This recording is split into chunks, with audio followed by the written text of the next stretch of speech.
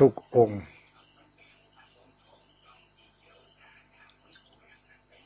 เจริญสุขเจริญพรสวัสดียามค่ำคืน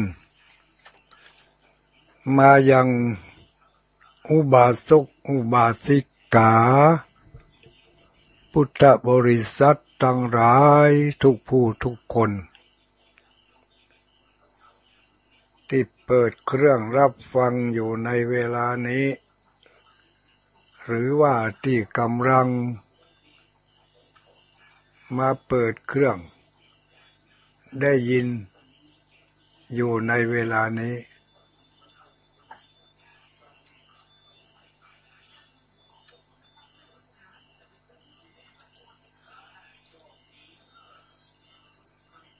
เสียงที่ท่านทั้งหลายได้ยินได้ฟังอยู่ในเวลานี้เป็นเสียงดังมาจากวัดพระธาตุจอมพอพระธาตุม่อนจอมพออำเภอเวียงป่าเป้าจังหวัดเชียงรายได้ส่งสัญญาณไปยังสถานีวิทยุท้องถิ่นในพื้นที่ต่างๆในเขตของพื้นภาคเหนือตอนบนของเฮานี้ทั้งนี้และทั้งนั้นได้รับความเมตตาจากเจ้าของสถานี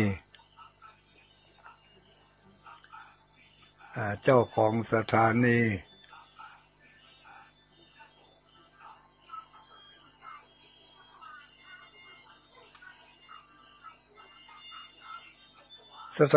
ที่รับสัญญาณจากพระธาตุม่อนจอมพอในค่ำคืนวันนี้ก็มีอยู่หลายสถานีด้วยกันเนอะญาติโยมเฮาทั้งหลายโดยเฉพาะอย่างยิ่งก็ในเขตอำเภอเวียงป่าเป้านี่ในเขตอำเภอเวียงป่าเป้ามีอยู่2-3สถานีด้วยกันเนอะค่ำคืนวันนี้2-3สถานีด้วยกันในเขตอำเภอเวียงป่าเป้านี่นะแล้วก็นอกจากเวียงป่าเป้าแล้วก็ยังมีแถมหลายที่หลายแห่งที่รับสัญญาณจากคลื่นสีขาวเพื่อชาวประชานำเอารายการธรรมะเพื่อนคนรับดึกในคืนวันจันทร์ไป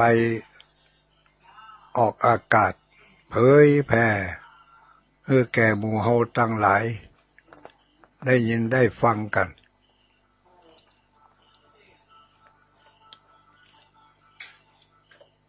อย่างดักปิ้งฮะมันล้างเลยก็ยืนเนอะอยากโยมจะขอเช็คสัญญาณก่อน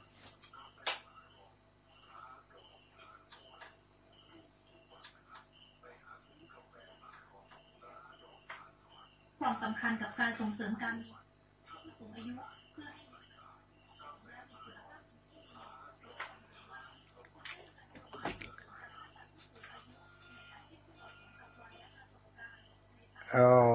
ทางสถานีท้องถิ่นเขายังบ่ได้รับสัญญาณเตือนเนาะ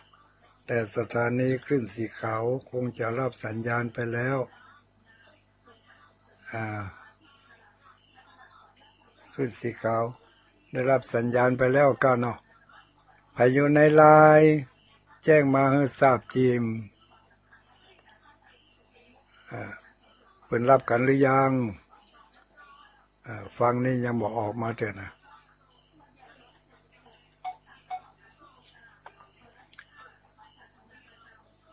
ค่ำคืนวันนี้เป็นคืนวันจันทร์เนาะคืนวันจันทร์นี่เขาก็จะได้มีสิ่งละอันพละน้อยตามเนื้อหาสาระที่ได้สรรหานำมาบอกมากล่าวสุโขทัยได้ยินแล้วแสดงว่าขึ้นสีขาวออกไปแล้ว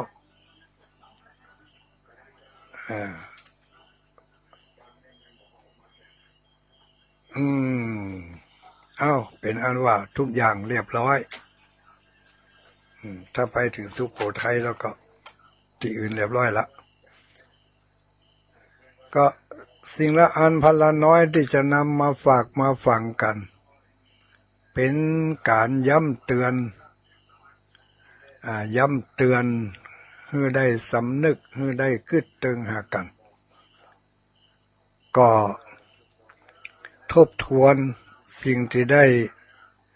ยินได้ฟังจากทางสถานีวิทยุจะเป็นท่านพระคุณเจ้ารูปใดก็ดีเนาะหรือว่าจะเป็นท่านนักเทศน์นักแสดงที่เพิ่นได้นำมาเสนอให้หมู่เฮาทั้งหลายได้ยินได้ฟังกัน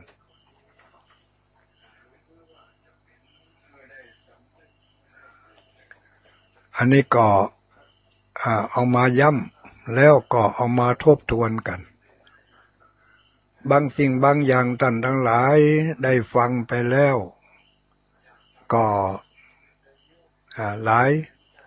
ายครั้งหลายคราวหลายหน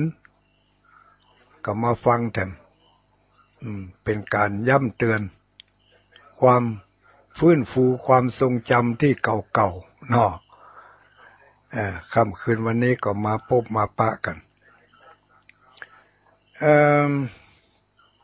มีหลายท่านหลายคนทำพระคุณเจ้าหลายรูปเหมือนกันก็ได้ฝากมาบอกว่าตัวลุงถ้าได้ออกอากาศขอตัวลุงช่วยย้ำบอกกล่าวเป็นการกระตุ้นเตือนให้คนรุ่นใหม่ได้รับทราบเกี่ยวกับการทำบุญในเทศกาลการทำบุญในเทศกาลออกพรรษาเทศกาลออกพรรษามีบุญใหญ่อยู่บุญหนึ่งที่เราได้ยินกันบ่อยๆทุกปีบางวัดเพิ่นก็มีผู้มีจิตศรัทธามาร่วมทำบุญทำทานบางวัดที่บ่มีผู้มีจิตศรัทธาได้ยื้อบ่ตึงได้พอบหันก็ได้มีหน่วยงานทางราชการโดยเฉพาะอย่างยิ่งหน่วยงานของทางสำนักงานพระพุทธศาสนาก็ได้ประกาศบอกกล่าวไปยังวัดวาอารามต่างๆให้ได้รับทราบแล้วก็ได้แจ้งความประสงค์บอกความประสงค์ไป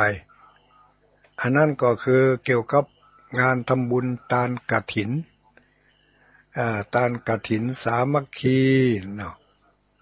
บางทีก็มีผ้าป่าร่วมตัวงานกฐินนั่นบางทีเพิ่นก็จัดก็เฉพาะกฐินอย่างเดียวอันนี้ก็แล้วแต่ว่า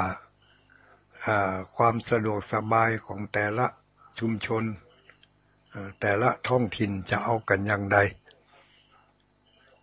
งานการทำบุญทานกฐินก็เขาก็ฮู้กันมาทุกปีนั่นแหละก็ยังว่าละคือเอามาทบทวนกันเพื่อเกิดความเข้าใจก็มีท่านพระคุณเจ้าบางรูปบางองค์เปิ่นบอกว่าตัวลุงบัดเดี๋ยวนี้กฐินมันสักจะเลอะเทอะไปติ๊กว่าฉะนั้นบางที่บางแห่งก็ท ถูกต้องตามขนบธรรมเนียมบางที่บางแห่งก็ผิดแผกแหวกแนวไปบางที่บางแห่งก็ไปไกลจนเกือบจะบาใจเป็นกฐินไปแล้วนะอันนี้ก็ขอให้ตุลุงได้ช่วยบอกช่วยกล่าวก็มาถึงกับมาสั่งมาสอนนะญาติโยมเฮาทั้งหลายมาถึงกับมาสั่งมาสอนแต่ว่ามันเป็นข้อคิดอันหนึ่งที่นำมาเสนอบางผู้บางท่านก็ได้ยินได้ฟังมาบางที่บางแห่งก็ได้ประพฤติปฏิบัติกันมาอย่างนั้นจนกลายเป็นประเพณีไปแล้วก็มีการทำบุญทานกฐินมันมีข้อจำกัดอยู่ในหลายๆอย่างจำกัดโดยวัตถุจำกัดโดยสถานที่จำกัดโดยผู้รับจำกัดโดยการเวลาเนี่ยที่เพิ่นว่ากฐินนั้นมันเป็นงานใหญ่เป็นงานใหญ่เพราะว่ามันถูกจำกัดด้วยหลายๆอย่างถ้าบ่พร้อมในองค์ต่างๆเหล่านั้นก็อาจจะทำให้ขาดตกบกพร่องไปก็ว่าได้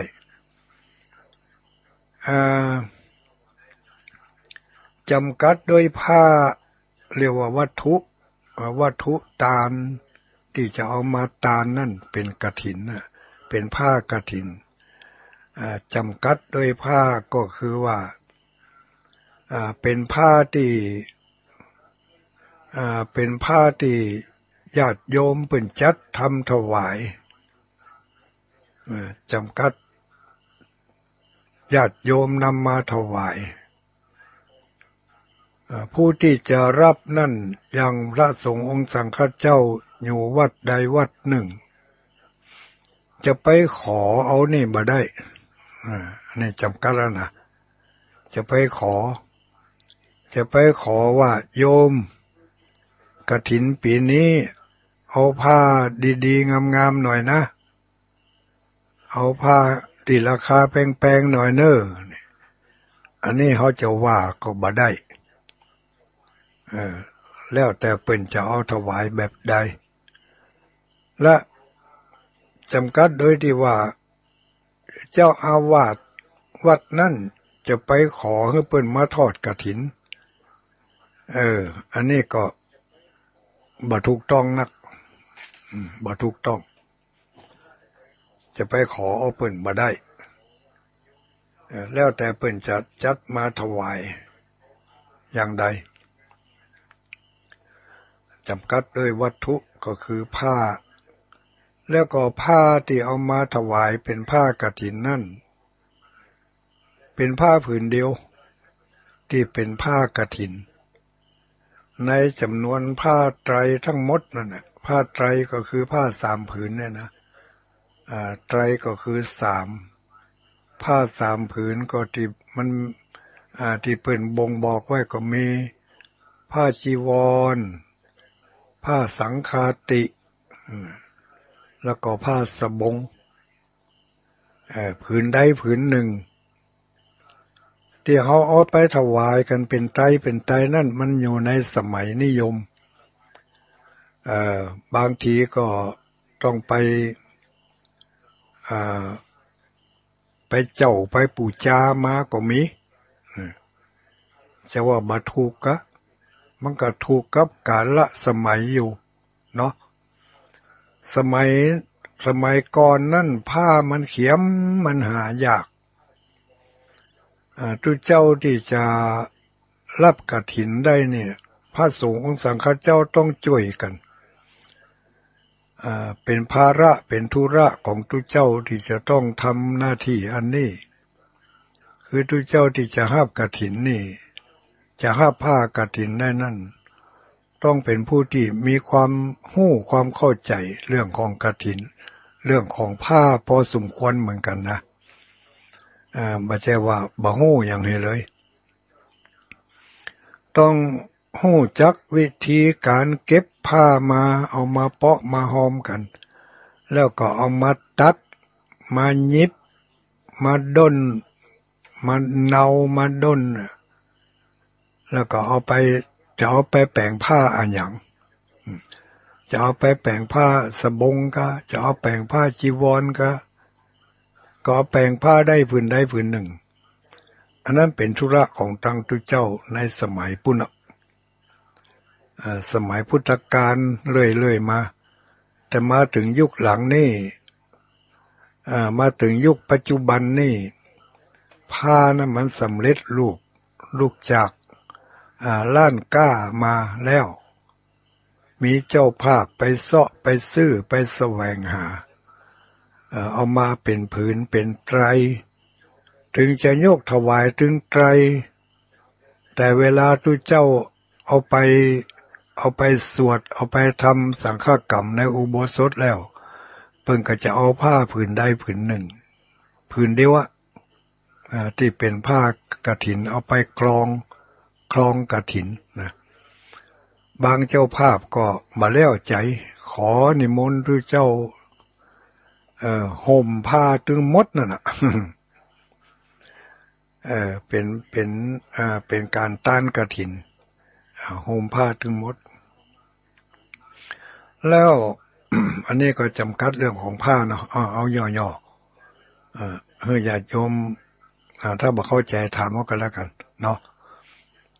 จำกัดโดยผ้าผืนใดผืนหนึ่งเป็นผ้าที่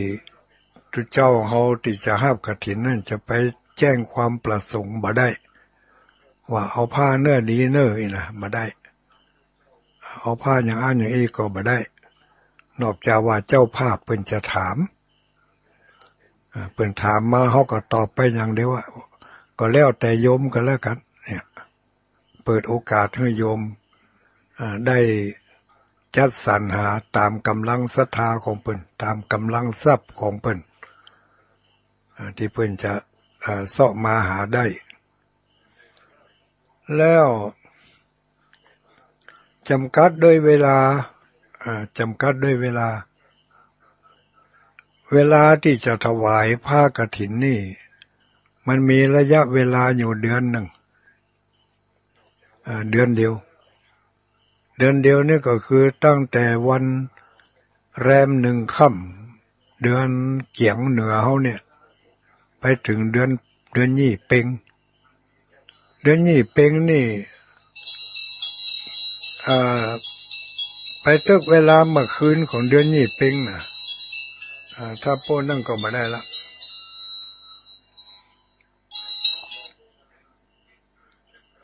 ฮัลโหลมีอย่างจะฮัลโหล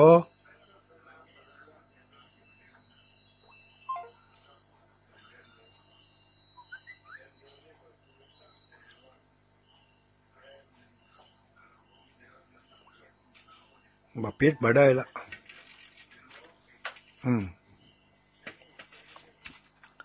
ถ้าบ่ปิดมาทิกๆเพิ่นเบิดเคยโทรมาตอนนี้ปิดเครื่องไว้ละเพราะว่าตอนนี้กำลังอู้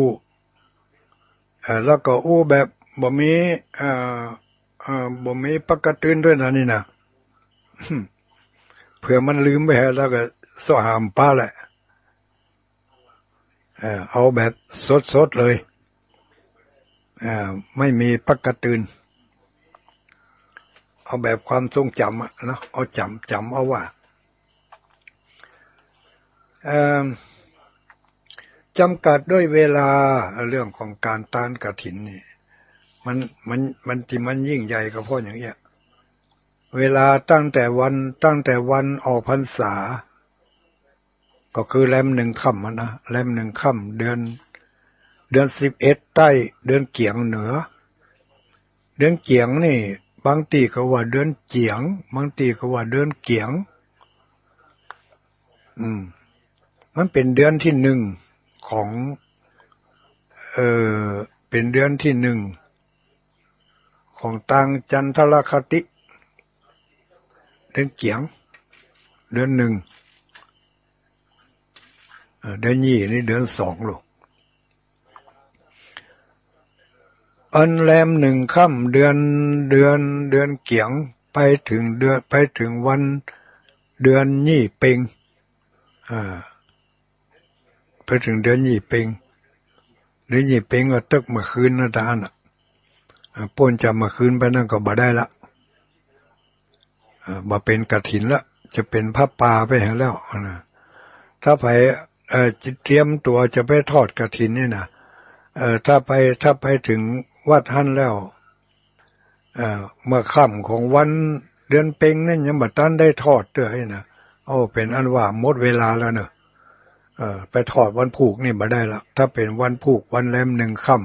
ำวันแรมหนึ่งค่ำเดือน12แรมหนึ่งค่ำเดือนยี่แฮมหนึ่งค่ำนี่บ่ได้ละหมดเวลากฐินเป็นภาพป่าไปเนี่ยคือมันจำกัดด้วยเวลาจำกัดด้วยเวลามีเวลาทอดภายใน1 เดือนแล้วจำกัดอีกอย่างหนึ่งก็คือจำกัดโดยสถานที่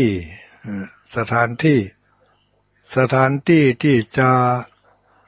พระสงฆ์เพิ่นจะทำพิธีกรานกฐินหรือว่าที่จะมอบผ้ากฐินให้แก่กันและกันนี่ต้องเอาไปมอบในอุโบสถ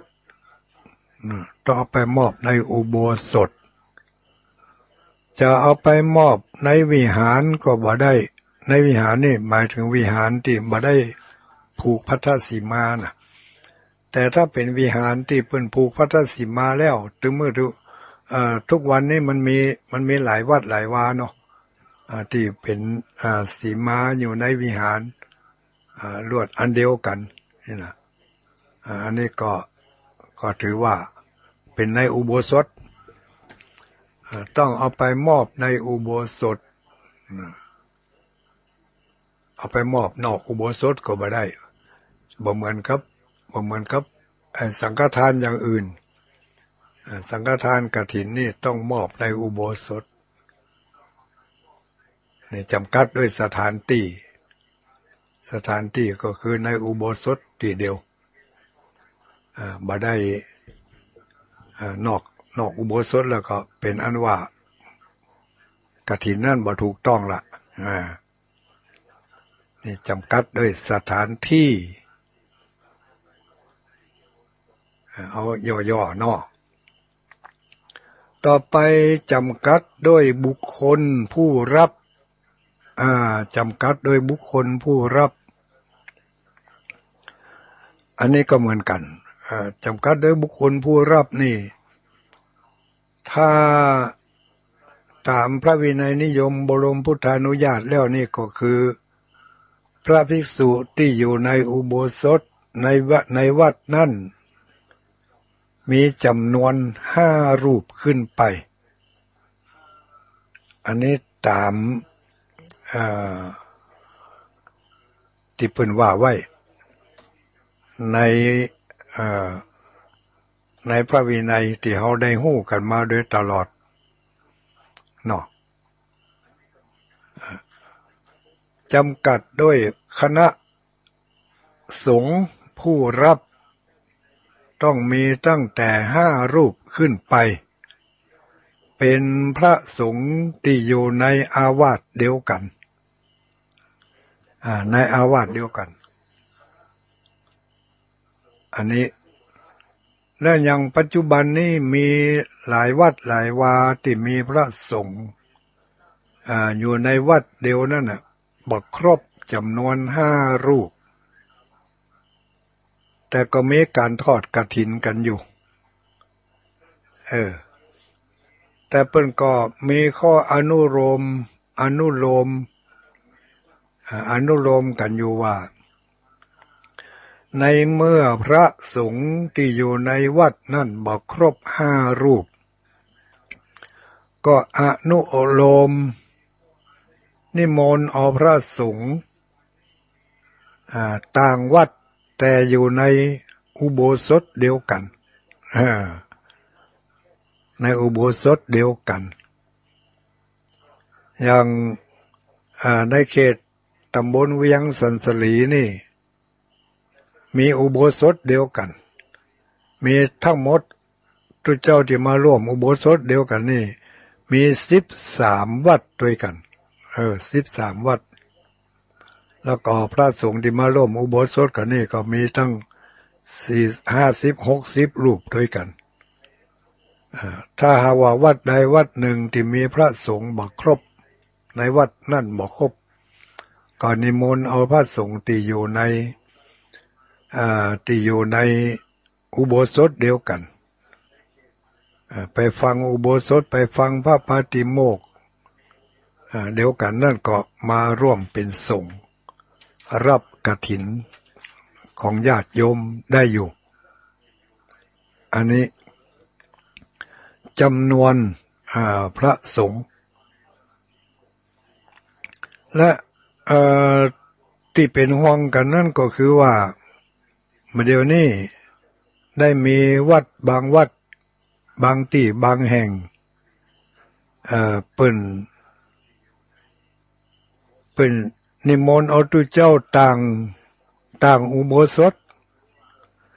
มาเป็นสงฆ์ร่วมรับกฐินตัว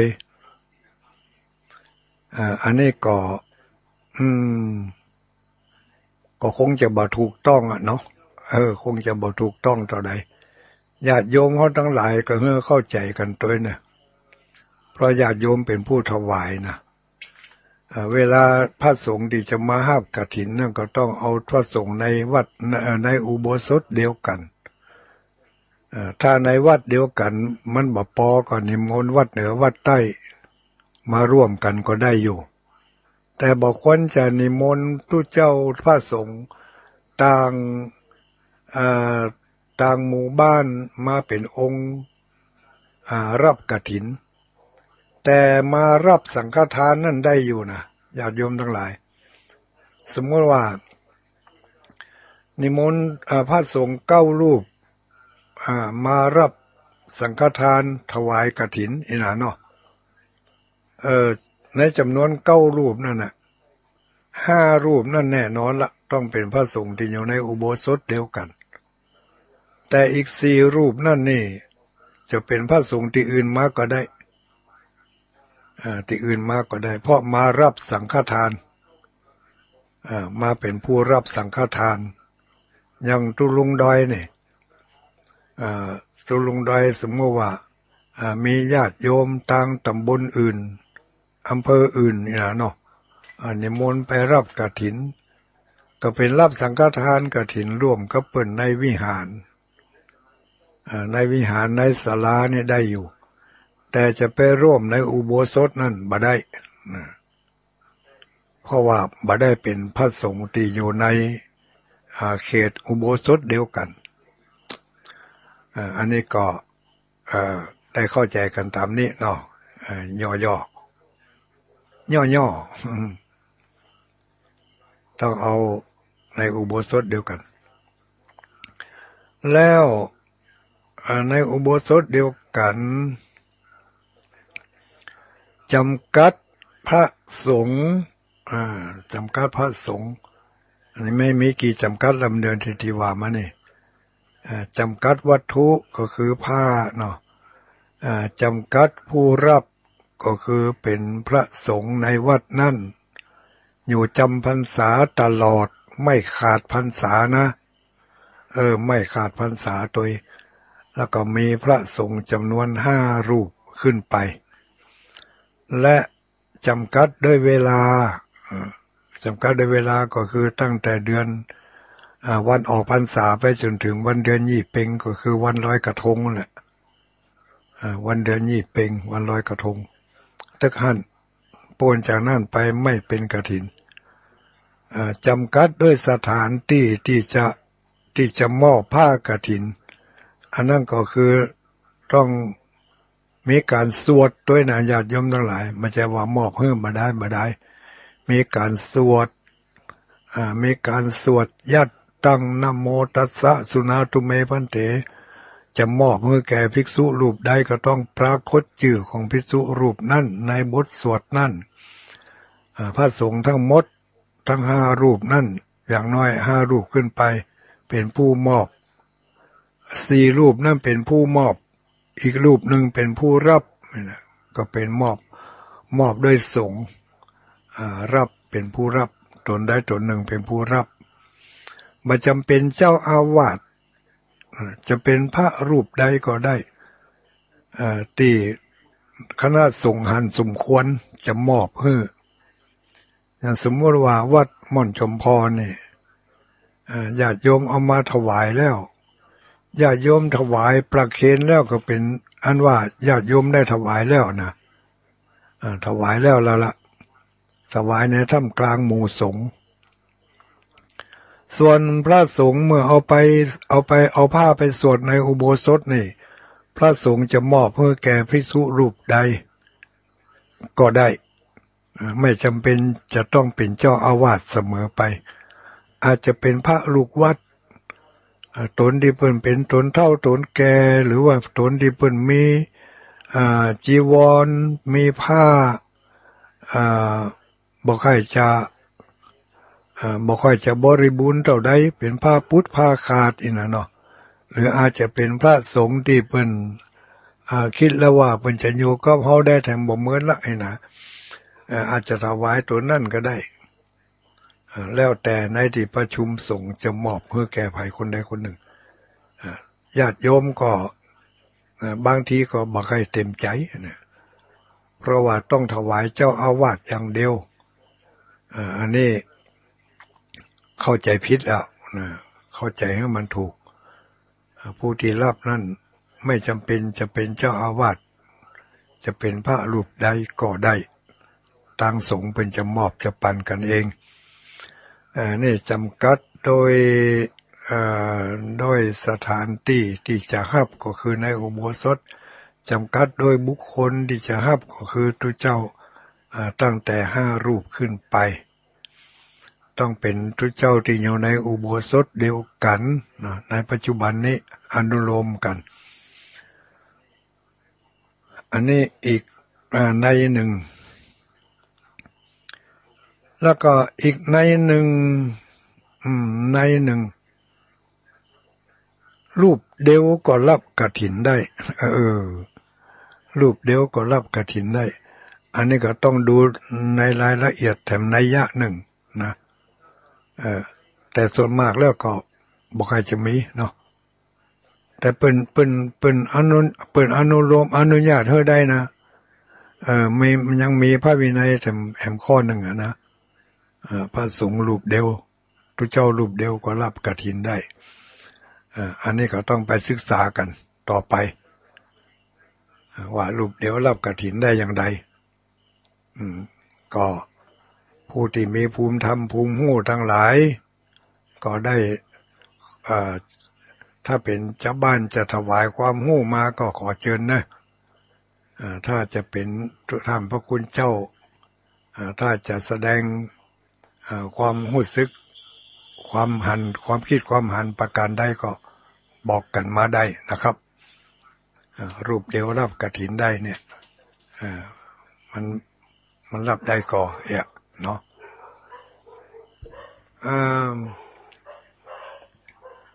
อันนี้ก็เป็นเรื่องของกฐินก็ยังมีข้อปีกย่อยอย่างแถมหลายอย่างเนาะอันนั้นก็คงจะบา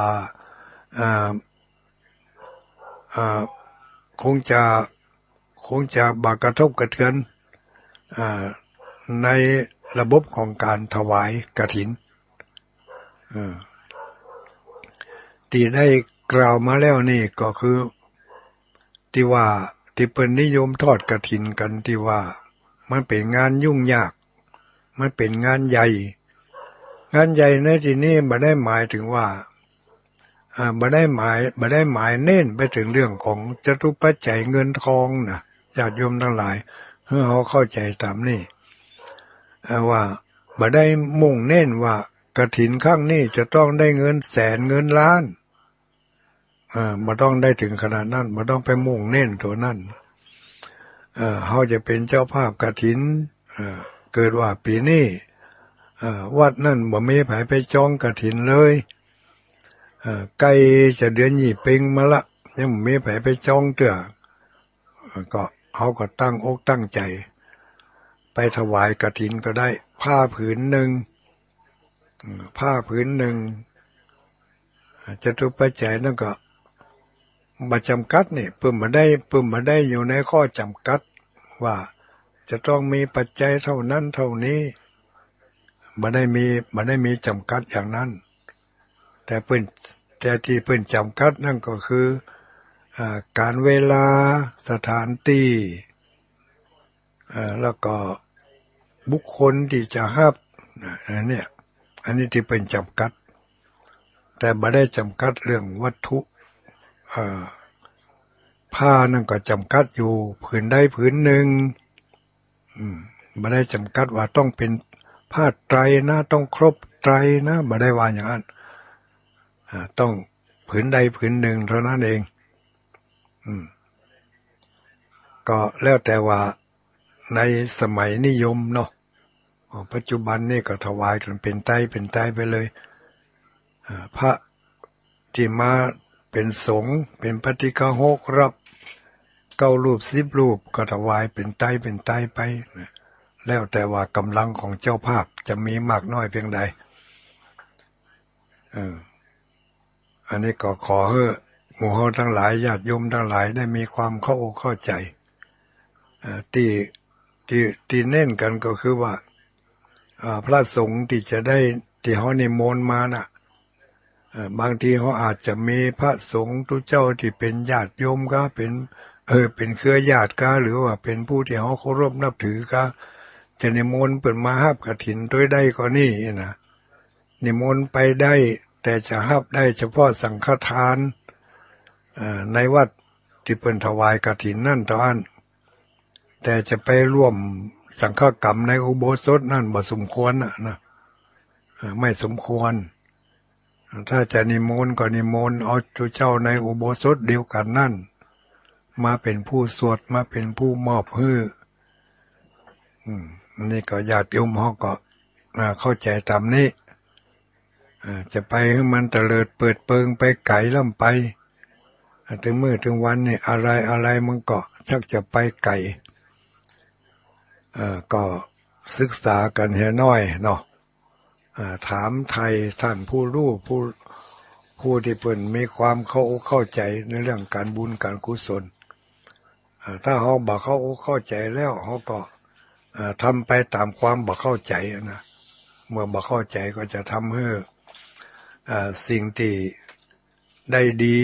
ก็กลับบ่ได้ดีไปเหียมันจะเข้าข่ายที่ว่าบ่ฮู้ตนบ่ฮู้ประมาณบ่ฮู้การบ่ฮู้เวลาบ่ฮู้สถานที่บ่ฮู้ชุมชนนี่มันก็ทำให้ขาดสิ่งที่พึงปรารถนาไปได้อันนี้ขอฝากกันเอาไว้เน้อญาติโยมหมู่เฮาทั้งหลายการทำบุญนั่นตามฤดูใดฤดูนั่นเนาะแต่ว่ากฐินนี่มีฤดูอยู่นอกนั้นไม่มีฤดูแต่ว่าฤดูของท้องถิ่นนั่นก็ไปแหมอย่างประเพณีอย่างในระยะนี้ก็เป็นฤดูของการตานสลักพัดสลักพัดนี่ก็บ่ได้จำกัดเวลาจะตานเดือนใดเมื่อใดก็ได้แล้วแต่ว่าความนิยมของแต่ละท้องถิ่นจะตานกันเมื่อใดอย่างตำโมในลงเชียงใหม่เชียงรายลำพูนลำปางเขานี่ก็สมัครจะนิยมกันในกลางพรรษาตั้งแต่เดือน12เพ็งมาละนะก็จะมีการทำบุญตานสลักพัดกันก็แล้วแต่ว่าในวัดนั้นๆจะพร้อมกันเมื่อใดก็แยกกันไปทำกันไปสิ่งที่เขาอนุรักษ์รักษาไว้ได้ก็รักษากันต่อไปสิ่งที่เขาควรจะ จะปล่อยจะทิ้งก็ปล่อยทิ้งกันไปบางอย่างมันเอาไปนิยมใหม่เอานิยมของใหม่แต่ละทิ้งของเก่าก็บ่สมควรก็พยายามที่จะประคับประคองให้ไปด้วยกันได้ถ้ามันไปด้วยกันบ่ได้มันก็คัดกันมันก็บ่ดีอย่างคนเฒ่าคนแก่อยู่กับลูกกับหลานในปัจจุบันเนี่ยลูกหลานเขาเป็นคนรุ่นใหม่แล้วอย่างคนเฒ่าคนแก่ก็เป็นคนรุ่นเก่าเป็นคนรุ่นเก่าถ้าเขาบ่ปงบ่ปล่อยบ่วางให้เลยถือลักกระด้างมันไปกันบ่ได้เพราะว่าสภาพแวดล้อมบริบทต่างๆมันบ่เอื้ออำนวยต่อกันจะไปเอาใจของเฮาว่าอย่างเดียวว่าเขาสมัยมาไม่เป็นละอ่อนนะไม่ใช่อย่างอีเนอไม่ใช่สบายอย่างสู่เขานี่เนอเนี่ยลูกเจ้ามาต้องไปตักน้ำต้องไปโซะหลัวมานึ่งข้าวขวายมาก็ต้องซักผ้าต้องไปเลี้ยงงัวเลี้ยงควายแต่มาเดียวนี้มันบ่มีอย่างสักอย่างหมู่เนี่ยโมดีว่ามาเดียวเนี่ยลูกเจ้ามาก็ต้องไปโซ่หลัวมานึ่งข้าวไปเอาหลัวหอบหลัวขึ้นบนบ้านต้องไปตักน้ำเนี่ยก็ในยุคนี้มันบ่มีน้ำคู่ก็ยังบ่ฮู้จักนะไม่การก็บ่ฮู้จักขอเล็กก็บ่ฮู้จักน้ำทุ่งก็บ่ฮู้จักน้ำบ่อก็บ่ฮู้จักอย่าเอาเราจะเอาจะเฮ้อเขามาเนี่ยยังกับเฮาแตะกอนมันก็ยากบ่ได้เพราะว่าสภาพแวดล้อมรวมความแล้วก็เรียกว่าบริบทมันต่างกันเนาะมันต่างกันกับยุคนั้นสมัยนั้นเพราะฉะนั้นเขาก็ต้องปล่อยต้องปลงต้องวางในบางสิ่งบางอย่างแต่มันก็ในเมื่อปลงอย่างหนึ่งมันก็ลามปามไปแถมอย่างหนึ่งนะมันก็ลามปามไปแถมก็ต้องทำใจต้องทำใจศึกษาไปอยู่กันไปกินกันไปศึกษากันไปเรียนรู้กันไปแต่เล็กแต่น้อยแล้วก็เขาก็จะอยู่กันได้ถ้าเขาบ่ศึกษาเขาบ่ยอมรับเห็นแล้วเขาก็อยู่กันบ่ได้อย่าว่าแต่คนอื่นคนไกลเด้อแม้แต่คนในครอบครัวเดียวกันนี่ถ้าหากว่าบ่ยอมรับกันแล้วมันก็จะอยู่กันยากอยู่กันลำบากคนหลายยุคหลายสมัยอยู่ด้วยกันเนาะสมัยนี้เขาจะเอาอย่างอันสมัยนั้นเขาจะเอาอย่างอันเนี่ยแต่ถ้าเขายืดหยุ่นกันเขาก็อยู่ด้วยกันไปได้แต่ข้อสำคัญเขาต้องล้ำลึกนึกถึงกันเป็นพี่กันน้องกันเป็นพ่อกันลูกกันแม่กันลูกกันนี่อารมณ์อร่อยกันไปยืดหยุ่นกันไปตามสภาพตามสถานการณ์ในปัจจุบันเอาอกเขาอกเราเนี่ยอกเขาอกเราแบ่งปันกันถ้าเขาบ่เอาใจเขามาใส่ใจเขาบ่เอาใจเขาไปใส่ใจเขามันก็ไปกันคนละที่คนละทางเนี่ยอันนี้ก็เหมือนกันการทำบุญทำทานนี่ก็เช่นเดียวกันก็ต้องทำบุญทำทานก็ต้องยืดหยุ่นตามการตามเวลาบางสิ่งบางอย่างมันบ่ผิดระบบมันบ่ผิดขนบธรรมเนียมมันบ่ผิดกฎระเบียบกติกาเกินไปก็อารมณ์อร่อยกันไปยืดหยุ่นกันไปถ้ามันจะผิดนักผิดหนาผิดล่ำผิดเหลือไปก็บ่ไหวละมันก็บ่ถูกต้องก่อนจะถึงเวลา9 โมงนี่เนาะก่อนจะถึงเวลา9 โมงนี่ก็จะขอ ประกาศอนุโมทนาเนอะญาติโยมเขาทั้งหลายขออนุโมทนากับญาติโยมที่มีจิตใจใฝ่ในเรื่องของการทำบุญทำทานก็ต้องขอสุมาอภัยกับญาติโยมที่อยู่บ้านไกลก็ดังที่ว่ามาหลายครั้งหลายคราวเนาะเมื่อได้ยินได้ฟังแล้วในการทำบุญทำทานของเปิ้นเขาก็ยกมือ10 นิ้วอนุโมทนากับเปิ้นก็แล้วกันถือว่าเสียงนี้เป็นเสียงแห่งบุญเนาะได้บอกบุญเมื่อบอกบุญไปแล้วคนที่เป็นโยทำกิมทำใกล้พอที่จะเอื้นกันตึงยื้อกันได้ก็ได้ฝากกันมาทำบุญทำทานอย่างวันนี้ได้รับความ ได้รับแรงจิตแรงใจแรงศรัทธาจากญาติโยมที่ร่วมกันทำบุญมาก็มีคุณสุรีรัตน์ลาเตจะบ้านหนองยาวอันนี้ก็ฝากตุลุงเปิ้นไปเทศธรรมแต่เจ้าจะไปเทศธรรมแต่คืนแล้วลองเอาธรรมมาอ่านพอแล้วโอ้ไปบ่ไหวก็เลยบ่ได้ไปเทศสักคำรับปากเปิ้นแล้วเป็นท่าไว้บ่ได้ไปสักคำขอสุมาอภัยเนอะ ไม่อุ้ยรับปากแล้วบ่ได้ไปเขาต้องพอตัวเองนะโอ้รักษาไว้เอาไว้เพื่อญาติโยมทั้งหลายได้หู้ได้หันไปเมินอันใดที่ฮับได้ยะได้ก็ยะไปที่ฮับบ่ได้ยะบ่ได้ก็หยุดไว้ก่อนคุณสุรีรัตน์ลาเตจะฝากมา100 บาททัดมาก็มีป่อสว่างแม่วันนาคำน้อยในบ้านหนองยาว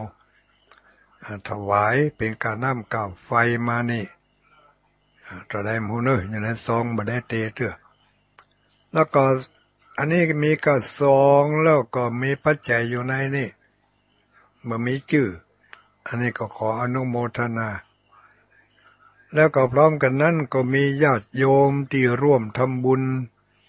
กับวัดใหม่ตุ้งเศรษฐีสันตอวัดใหม่ตุ้งเศรษฐีสันตอนี่ก็กำลังจะทำบุญทำทานจะทานศาลาในวันที่13 เดือนตุลานี่ละญาติโยมท่านใดที่จะร่วมเป็นเจ้าภาพป้านลมก็ดีก็ยัง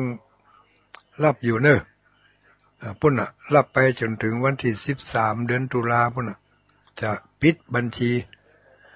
ตอนนี้ก็รับไปเลยๆก่อนเจ้าภาพป้านลมตัวละ10,000 บาทจะหอมก้าเก็ดมันก็ได้จะหอมก้าหัวมันก็ได้100-200ก็ว่ากันไปหลายร้อยมันก็เป็นหมื่นนะมีแม่สีอวนยาวิราชพ่อสนันแม่น้อยกันทเสน อันนี้ร่วมทำบุญทานวัดใหม่ตุ้งเศรษฐีอันนี้เอาฝากไผมาฝากแม่มันอย่างมาแต่เจ้านี่แต่เจ้าก็ตะวาแล้วก็วันพระนี่เนาะอันนี้ฝากมานี่400 บาทเด้อจะเอาไปร่วมเป็นเจ้าภาพปูกระเบื้องตารางเมตรละ500ตารางเมตรโอ้ไม่ใช่น้อยๆนะเดี๋ยวนี้ซ้ำจะมีสิ่งก่อสร้างใหม่ เกิดขึ้นแต่อย่างหนึ่งละแต่ว่าได้ยินตุลุงยองบอกคือกรรมอันนั้นก็คือเกี่ยวกับการจะสร้างห้องน้ำห้องสุขานี่เพื่อจะเตรียมรับงานวันที่13ที่จะถึงนี่นะวันที่13ที่จะถึงนี่จะต้องมีญาติโยมไปกันนักกันหลายที่วัดใหม่ทุ่งเศรษฐีนี่นะบทเรียนจากงานเมื่องานวางศิลาฤกษ์ตอนนั้นมีศรัทธาญาติโยมไปกันนักกันหลายขนาดนักโรงครัวโรงทานก็มีนักคนไปร่วมงานร่วมกันก็นักก็หลายแต่เวลาจะไปเข้าห้องน้ำเนี่ยโอ้ลำบากญาติโยมทั้งหลาย มีห้องน้ำอยู่2 ห้องพอคนจะเป็นหลายร้อยใช่ไหมโอ้ดีมาดีก็ขาไปจักแตนไปบนนั้นนะยุ่มแล้วยุ่มแถมยุ่มแล้วยุ่มแถมหน้าหันอกหันใจก็เลยทำพระครูบรรยงก็เลยบอกว่าเฮ้ยญาติโยมเขาช่วยกันสร้างห้องน้ำแถมสัก10 ห้องไปเพื่ออำนวยความสะดวกเวลาแขกเรือเพิ่นมางานมาการเพราะว่าจะต้องมีงานทำหลายครั้งอยู่นี่เนาะก็ทางคณะกรรมการคณะศรัทธาก็เลยจะสร้างห้องน้ำจำนวน10 ห้อง10 ห้องนี่ก็มาเดี๋ยวนี้ตีราคาห้องละ 8,000 บาทจะได้ว่าได้ถูกเพราะว่ามีวัสดุอุปกรณ์บางสิ่งบางอย่างมันเหลือจากการสร้างศาลาก็จะเอาไปแปลงสร้างตั้งห้องน้ำเหมือนมันเหลือขว้างเหลือแล้วก็เอาไปใช้ประโยชน์ก็จะได้ทุนงบประมาณไปใครจะรับเป็นเจ้าภาพห้องน้ำเขาลองคือใจว่าเถอะเขาไปที่ไหนนี่นะสมาเถอะติกินเนี่ยเขาบอกห่วงนะเนาะจะกินที่นอนนี่เขาบอกห่วงต่อใดจะกินที่ไหนจะนั่งกินยืนกินนอนกินก็ได้จะกินที่เป่งที่แจ้งที่มืดก็ได้แต่สำหรับที่จะทายนี่ก็บอกว่าจะทายนักทายเบาอะจะทายกลางแจ้งนั้นมันทายบ่ได้นะ เนาะทายกลางแจ้งมันก็ทายบ่ได้แต่มันต้องมีติมิดชิดให้น้อยรั่วรอบขอบชิดปิดบังให้พ่องถึงจะทายกันได้สะดวกใจถ้าหาว่าเขาไปตกอยู่ในสภาพอย่างอันแล้วก็ลำบากใจนักแกเพราะถ้าไผบ่อยากจะตกอยู่ในสภาพอย่างอันก็ช่วยเนอะแปลงห้องน้ำถวายไว้ในพระพุทธศาสนาศรัทธาญาติโยมคนไปไผมาก็จะได้ใจได้สะดวกสบายความสะดวกสบายเปิ่นได้รับเป็นสถานที่ปลดทุกข์เมื่อเปิ่นปลดปล่อยจากความทุกข์ออกไปได้เขาก็เปิ่นก็เกิดความสบายผลแห่งความสบายนั่นก็จะมาถึงเขาแหละเพราะเขาได้สร้างเหตุแห่งความสบายให้กับเปิ่นแล้วถ้าไปจะร่วมรับเป็นเจ้าภาพห้องน้ำห้องสุขาก็ขอเชิญเนอะแจ้งความประสงค์มาได้จะไปแจ้งที่คณะกรรมการที่วัดตรงเศรษฐีพุ่นก็ได้นะจะแจ้งที่ท่านพระครูปริยัติรัตนาโชติก็ได้แจ้งที่ตุลุงดอยนี่ก็ได้นะขอรับเป็นเจ้าภาพห้องน้ำสักห้องแล้วไอ้นะหรือมาอ้างก็เอาสักกึ่งห้องหรือมาอ้างก็เอาหลังคามันเนี่ยเอาอย่างใดอย่างหนึ่งเป็นคนมีส่วนร่วมในการสร้างห้องน้ำให้สำเร็จไปห้องละ 8,000 บาทเป็นห้องน้ำสะดวกสบายอันนี้ก็มีเจ้าภาพที่เพิ่นถวายมาเนี่ยก็มีแม่บัวลอยธาตุเรือนนายวิทูลธาตุเรือนร่วมเป็นเจ้าภาพป้านลมมานี่300 บาทถวายตาลเอาไว้เสวยไปหน้าที่ตุงเศรษฐีทัดนั่นมามีแม่สังเยมทาอุปรงร่วมทำบุญตาลปั้นลมตาลไปหาแม่ตาลไปหาแม่อย่างนี้แม่อุปปาทาอุปลงแม่อุปอีกตามไปหาแม่อุปทาอุปลงและนายพดุงว่องไวอันนี้ก็แม่อุ้ยปาอีกเนาะแม่อุ้ยปาทาอุปลงแล้วก็นายว่องไวทาอุปลงนายพดุงว่องไวอันนี้ก็ถวายมาใน500 บาทก็ขอให้สมเจตนาเนอะทัดนั่นมาก็มีพ่ออินแม่จันติบอาจินะ อันนี้ร่วมถวายสมทบแปลงปั้นลมไหว้ที่วัดใหม่ทุ่งเศรษฐีจำนวนปัจจัยนี่ก็มาใน300 บาทสาธุอนุโมทนาเนอะถัดมามีแม่ศรีนวลที่แก้วบ้านห้องบงอันนี้ถวายการน้ำกับไฟทุลุงดอยขออนุโมทนาวันพระที่แล้วไปนี่ก็มีญาติโยมได้ถวายการน้ำกับไฟมานี่541 บาทคุณสุริรัตน์ลาเตจะบ้านหนองยาวอันนี้อ่านไปแล้วตะกี้เนาะอันนี้ก็ถวายมา100 บาทอันนี้คุณแม่ก็บัวผิวบุญเรืองอันนี้ถวายร่วมเป็นเจ้าภาพเจ้าภาพกระเบื้องปูพื้นที่วัดใหม่ทุ่งเศรษฐีแ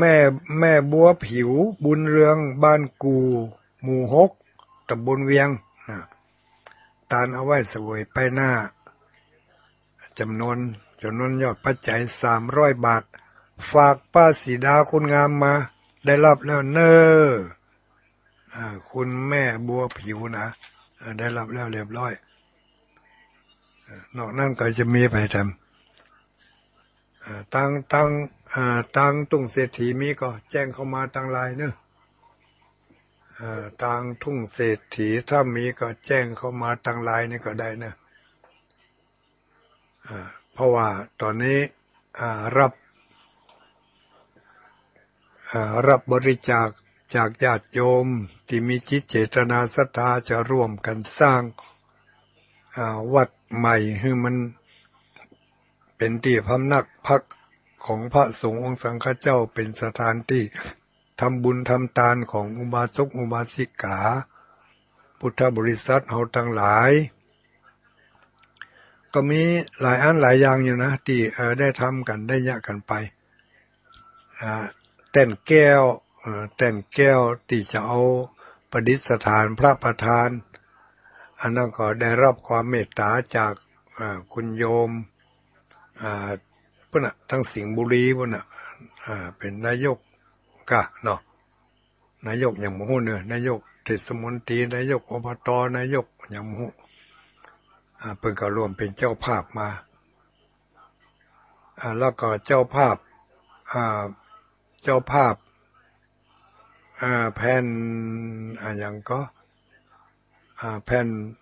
วอลเปเปอร์แผ่นวอลเปเปอร์ที่หลังพระเจ้าของม่อนว่ะที่หลังพระเจ้าตุงเศรษฐีอันนี้ก็มีเจ้าภาพแล้วที่มีเจ้าภาพแล้วก็สมาธินะบ่ได้จดชื่อเพิ่นไว้ใครจะร่วมเป็นเจ้าภาพในวันที่13ในวันที่12 13 14 3 วันด้วยกันญาติโยมทั้งหลายที่วัดทุ่งเศรษฐีนี่นะวันที่12เป็นวันแต่งวันดาอันนี้ก็ใครจะเอาเมลงทานไปวันนั้นก็ได้วันที่12นี่วันที่12วันที่13วันที่14นี่หัววัดหัววาต่างๆในเขตอำเภอเวียงป่าเป้านี่ก็จะได้ไปร่วมทำบุญเอาหัววัดหัววาไปร่วมทำบุญกับวัดใหม่ทุ่งเศรษฐีในวันที่14สำหรับในวันที่13นั่นมีงานทอดกฐินแล้วก็มีงานตานศาลาตัวเนี่ยที่ว่าทอดกฐินนั่นวัดใหม่มีทอดกฐินในว่าถวายกฐินบ่ได้ถวายได้แต่ว่าเวลาพระสงฆ์จะเอาไปสวดนั้นต้องเอาไปสวดในวัดที่เพิ่นมีอุโบสถ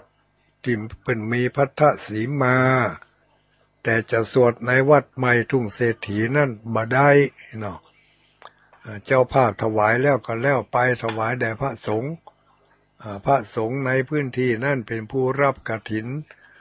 รับแล้วก็ต้องเอาไปสวดในอุโบสถในวันที่13นั่นนะเป็นจะถวายกฐินตัววันที่13เมื่อคืนจะมีการเจริญพุทธมนต์สมโภชพระพุทธรูปถึงองค์เก่าองค์ใหม่องค์ใหญ่องค์น้อยเปิ่นมีพระพุทธรูปสมปรารถนาอยู่ในวัดยังไม่ได้ทำพิธีกำเตือพระพุทธรูปสมปรารถนาอันนี้ก็ถ้าจำบ่ผิดก็ดูเหมือนจะเจ้าภาพก็คือคุณอะไรอย่างนั้นนะฮู้จักกะชื่อในไลน์นี่คุณฟ้ามุ้ยพร้อมกับครอบครัวพร้อมกับญาติพี่น้องได้ร่วมกันถวายพระพุทธรูปองค์ใหญ่ชื่อว่าพระพุทธรูปสมปรารถนาก็สมปรารถนาแท้เนาะได้เอาไปประดิษฐานตั้งไว้ที่วัดใหม่ทุ่งเศรษฐีในวันที่13เมื่อคืนจะมีการฉลองสมโภช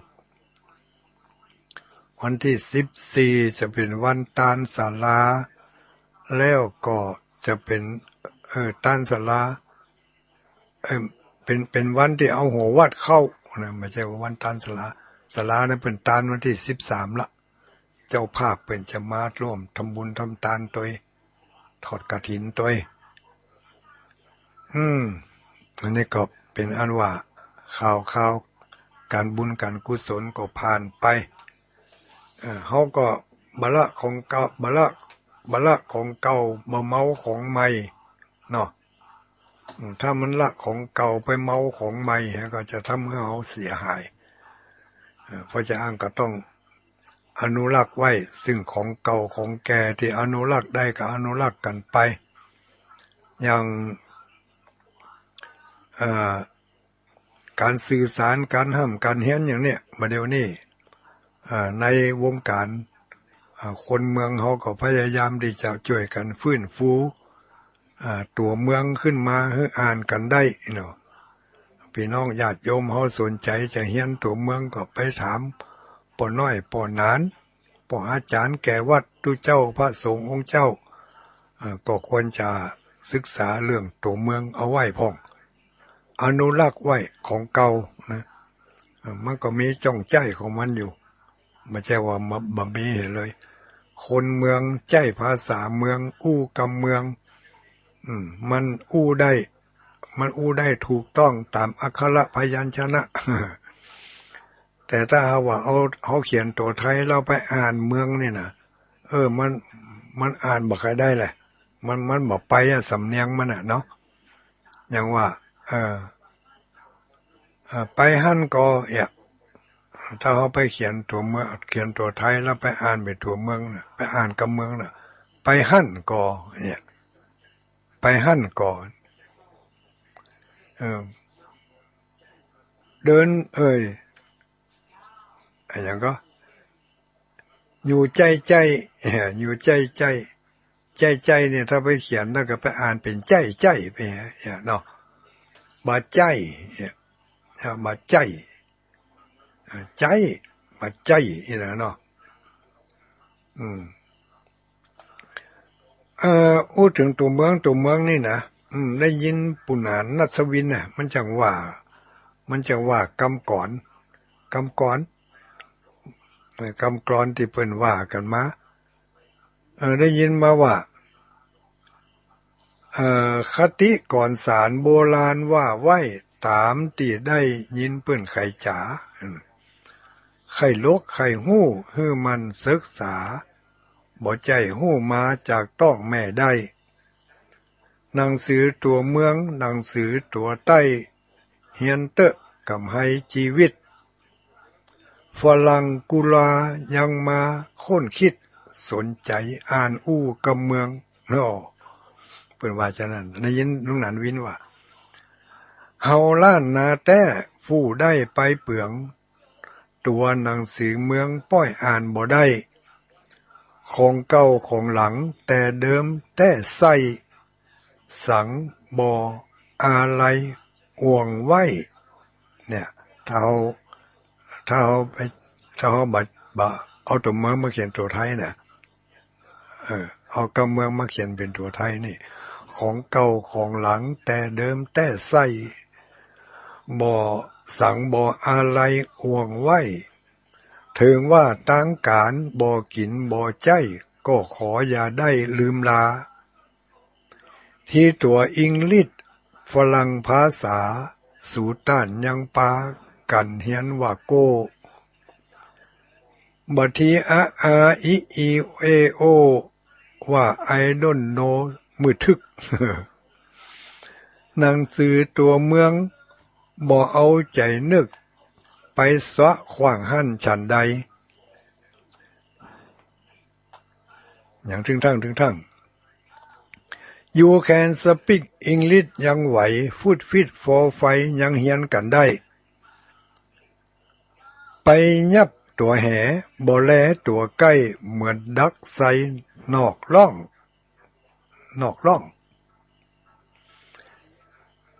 พ้องเฮียนภาษาต่างเมืองเตะต้องหวังมีชื่อก้องเสียงดี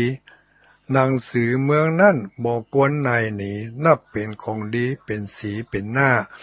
อย่าให้มันสูญตกดินฝุ่นหญ้า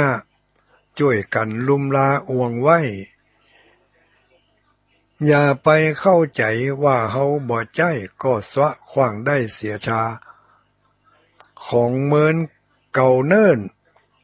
บ่เอิ้นถามหาผาธนาเอาใหม่ใจนี่ถ้าเอาไปเขียนตัวเมืองถ้าไปเขียนถ้าเราอ่านตามนี่ต้องว่าเอาใหม่ใจอันนี้แหละหนาให้เขาว่าได้เหมือนไก่หันพลอยเขี่ยทิ้งเขาหิมาลัยจิ้งเสียงที่จิ้งคนยังไต่ขึ้นไปก่อยกันใจเฮาฮักตึงบ่อหนถอยเพิ่งอยู่แปรด้อยยังสอยเอาได้ก่อนสุดกำจ๋าขอสากราบไหว้สืบตัวเมืองไปจิมเนอร์อันนี้ได้ยินลุงหนานนัสวินเพิ่นว่าบ่อยๆก็อย่างที่เพิ่นว่าแต่บางทีเนี่ยเฮาลืมอันเก่าไปเมาอันใหม่เมาจนลืมเนื้อลืมตัวลืมวัฒนธรรมลืมประเพณีถ้าลืมอย่างอื่นได้ก็ลืมอย่างอื่นได้หมดเพราะว่าการสูญเสียนั่นการสูญเสียเสี้ยงชาติก็คือเสี้ยงวัฒนธรรม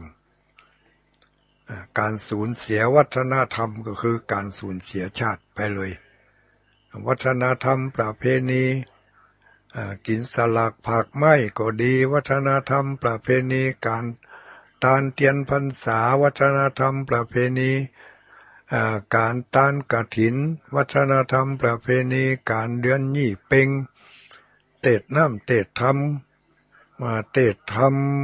มหาจาตุเวสสันดรเนี่ยอันนี้มันเป็นของดีช่วยกันอนุรักษ์รักษาไว้เดือนยี่เพ็งหันตีหนึ่งประเพณีเดือนยี่เพ็งของคนเมืองเขานี่มาเดี๋ยวนี้มันถูกประเพณีลอยกระทงมาจากกลมกลืนจากขืนประเพณีเดือนยี่เพ็งเขาไปละเขาไปเน้นเรื่องลอยกระทงไปบ่ได้เน้นเรื่องยี่เพ็งก็เลยคนรุ่นใหม่เลยบ่ฮู้จักว่าเดือนยี่เพ็งคืออะไรอย่างบ่ได้สืบลูกสอนหลานให้ได้ฮู้ได้เข้าใจกันก็เลยเป็นหลงของใหม่ลืมของเก่าทั้งที่คนเฒ่าคนแก่เฮาแตะก่อนที่ยังมาเดียวเนี่ยคนเฒ่าคนแก่บ่อุ้ยไม่อุ้ยนึกย้อนหลังย้อนร้อยถอยหลังไปเมื่อเป็นละเอกละออนนั่นอาจจะฮู้จักกันกับประเพณีเดือนยี่เพ็งร้อยกระทงมันก็กำลังหาจะมีมา บากี่10 ปี20 ปีมานี่เองอันนี้ก็อย่างที่เป็นว่านะเนอะคติก่อนสารโบราณว่าไว้ตามที่ได้ยินเพื่อนไขฉาน่ะก็พิจารณากัน อันใดควรอันใดบ่ควรเอามาประยุกต์ใช้ให้มันเข้ากันได้ถึงคนเก่าคนใหม่อยู่กันได้อยู่กันม่วนทั้งนี้และทั้งนั้นก็จะต้องอาศัยน้ำธรรมเป็นน้ำประสานเป็นน้ำประสานอาศัยน้ำศีลน้ำธรรมเนี่ยเป็นน้ำเชื่อมประสานของเก่าของใหม่เชื่อมประสานของที่ดีอยู่ที่มันจะเสียประสานโน้มน้าวให้มันเข้ามาสู่ในทางที่ดีประยุกต์ประยัดประโยชน์ให้มันเข้ากันได้ถ้ามาอันเขาก็จะอยู่กันลำบากในเมื่อเขาปรับตัวบ่ได้เขาก็อยู่บ่ได้แล้วก็จะเนี่ยให้ใจของเขาบ่ม่วนนะถ้าเขาเข้ากันบ่ได้แล้วเนี่ยบ่มีความเข้ากันได้มันก็อยู่กันบ่ม่วนเมื่ออยู่บ่ม่วนก็พิษกันเถียงกันเมื่อถ้ามันยังเล็กๆน้อยๆก็พอที่จะตีรูปตีตาไปได้อยู่แต่ถ้ามันนักหนาปาป้านไปก็เกิดละหองละแหงแม้แต่คนในครอบครัวเดียวกันถ้าบ่แบ่งปันใจให้แก่กันแล้วมันก็จะอยู่กันลำบากต้องเอื้ออาทรซึ่งกันและกันใจเขาใจเฮาความคิดของเขาความคิดของเฮาก็พี่กันน้องกันอยู่ด้วยกันก็อู้กันหนัวไข้หัวกันม่วนกันไปศีลธรรมคำสอนของพระสัมมาสัมพุทธเจ้าจะเป็นตัวเชื่อมประสานให้เฮาอยู่ด้วยกันได้เกาะกลุ่มลุมลากันเป็นหมู่เป็นกลุ่มมันอย่างสมัยนี้กลุ่มอะไรอย่างกลุ่มไลน์กากลุ่มเฟซกากลุ่มปฏิบัติธรรมกากลุ่มแสวงบุญกากลุ่มคลื่นสีขาวกากลุ่มฟังวิทยุฟังธรรมะกาเนี่ยมันก็เป็นกลุ่มอยู่โลในเมื่อเป็นกลุ่มแล้วมีอันยังก็ต้องถ้อยทีถ้อยอาศัยซึ่งกันและกันผิดนิดผิดหน่อยก็ให้อภัยกันไปจะไปใจแต่โทโสโมโหจะไปเอาแต่ใจของตัวเองว่าเขาว่าถูกคนอื่นมันว่าบ่ถูกก็ต่างคนก็ต่างมีเหตุผลของไปของมันเหตุผลคนพาลก็มีเหตุผลของคนพาลบัณฑิตก็มีเหตุผลของบัณฑิตก็เอาเหตุผลของแต่ละเหตุผลมาศึกษามาเรียนรู้กันไว้มันก็จะเกื้อกูลกันไปเอาไปตัดก้อมสินเปียงมันก็บ่ยั่งยืนนะถึงแม้ว่าจะเป็นคนในครอบครัวเดียวกันใจระบบการตัดก้อมสินเปียงก็บ่ยั่งยืนจะยังกำโบราณที่เพิ่นว่าไว้ปีกันน้องกันฮักกันเอาไว้อย่าได้ตัดก้อมสินเปียงกันปีว่าแล้วน้องจะไปเถียงตัดก้อมสินเปียงได้อย่างพ่องเจ้าว่าฉะนั้นเกิดแล้วก็ตายบ่เหมือนก็เท่าหนีความตายไปบ่พ้นอย่ากระทำกรรมให้มันล่ำล้นกรรมมันจังไล่ตันเฮากรรมมันจังซ้ายตันเฮาพี่น้องอย่าถือเราเขาจะปาเอาเฮาหมางใจเบาหมางใจเป่าจ้อย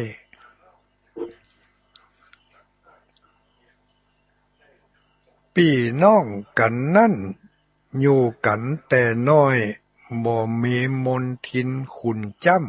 ำพี่น้องพิดกันเหมือนมีดฟันน้ำฟันแล้วก็อั้นหายหอยมีดฟันน้ำนี่มันบ่มีหอยหรอก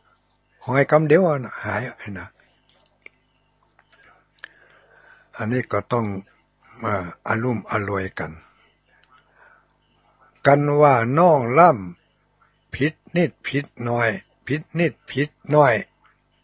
ตัวปีก็ควรพลอยอภัยโตดฮื้ออภัยโตดฮื้อเฮาอยู่ในครอบครัวเดียวกันพี่กันน้องกันอยู่กันอย่างเข้าอกเข้าใจกัน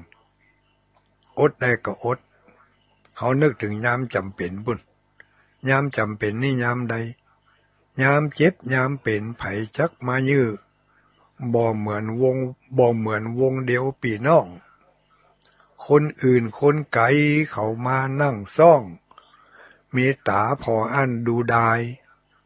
บ่เหมือนพี่น้องช่วยกันดวงหลายยามบ่สบายช่วยกันพอเฝ้านี่พ่องปันแผ่วเงินพ่องปันแผ่วเข้า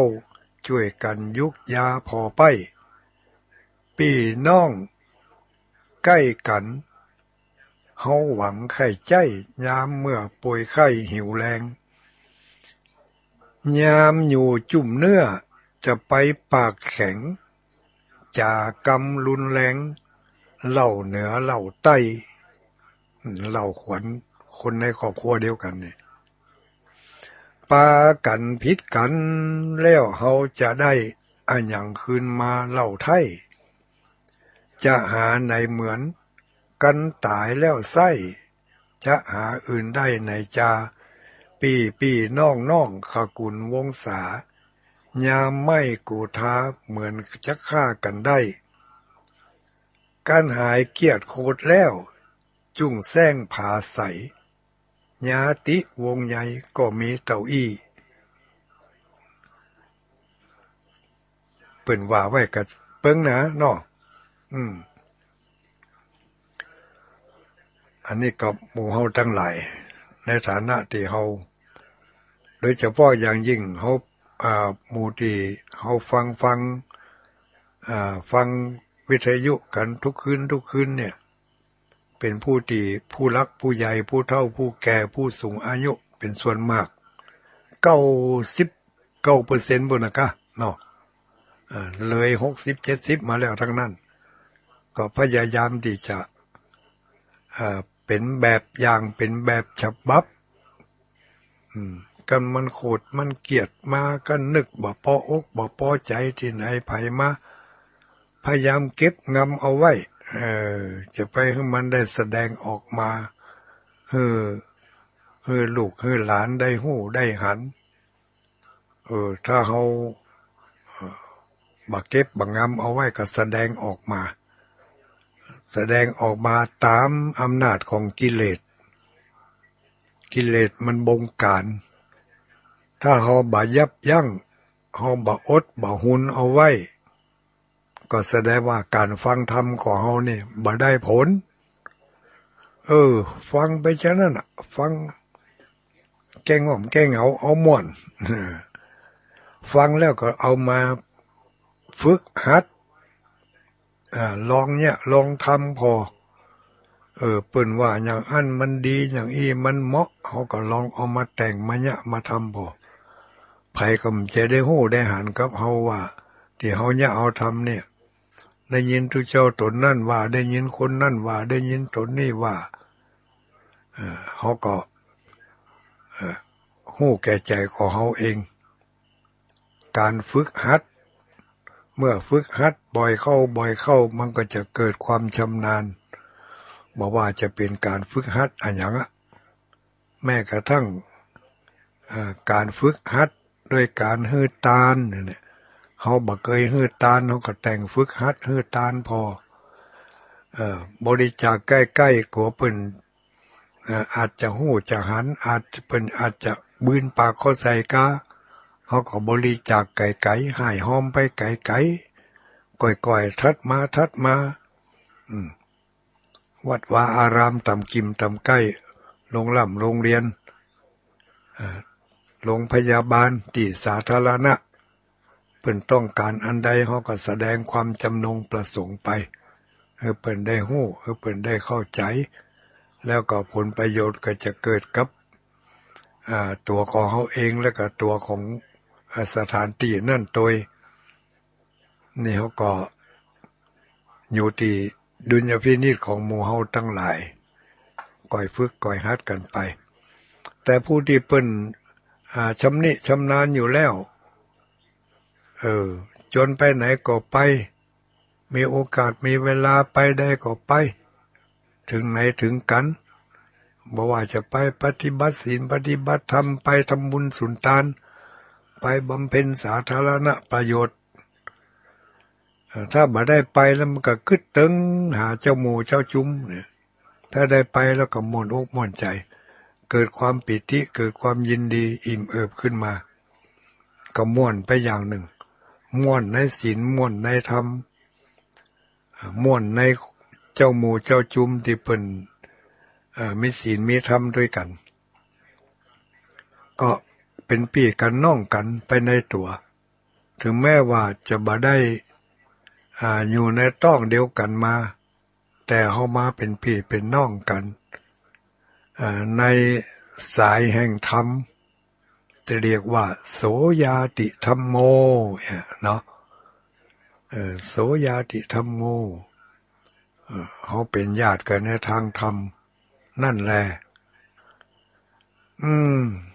คำนี้คืนนี้ก็หลายอันหลายเชื่อนี่นำมาบอกมากล่าวให้กันนี่ทบทวนสิ่งที่ได้ยินได้ฟังมาแล้วก็เอามาทบทวนกันฟังกันต่อไปแถมก็ประกาศย้ำแถมเนาะญาติโยมท่านใดมีความประสงค์จะร่วมเป็นเจ้าภาพถวายห้องน้ำห้องสุขาก็แจ้งความประสงค์จำนงมาได้เนอะถ้าหากว่าจะให้เจ้าห้อมเป็นจตุปัจจัยมาก็เลขบัญชีหลังไม้เนอะจะบอกในนี้ก็เก่งอกเก่งใจพี่น้องบ้านไกลเนาะบอกให้ดีก็หา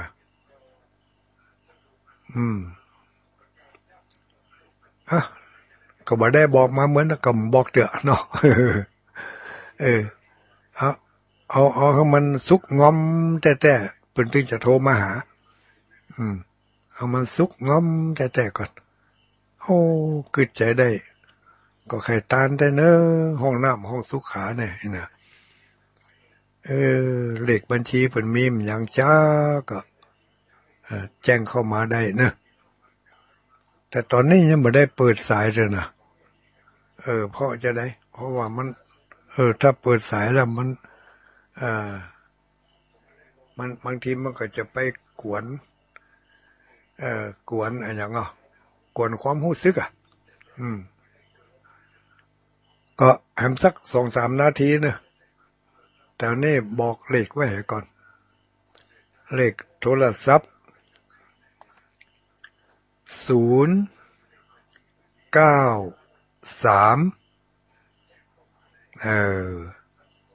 บางคนก็จดไว้แต่เมื่อน่ะโทรแล้วก็ถึงบัดติดสักเตือ093-272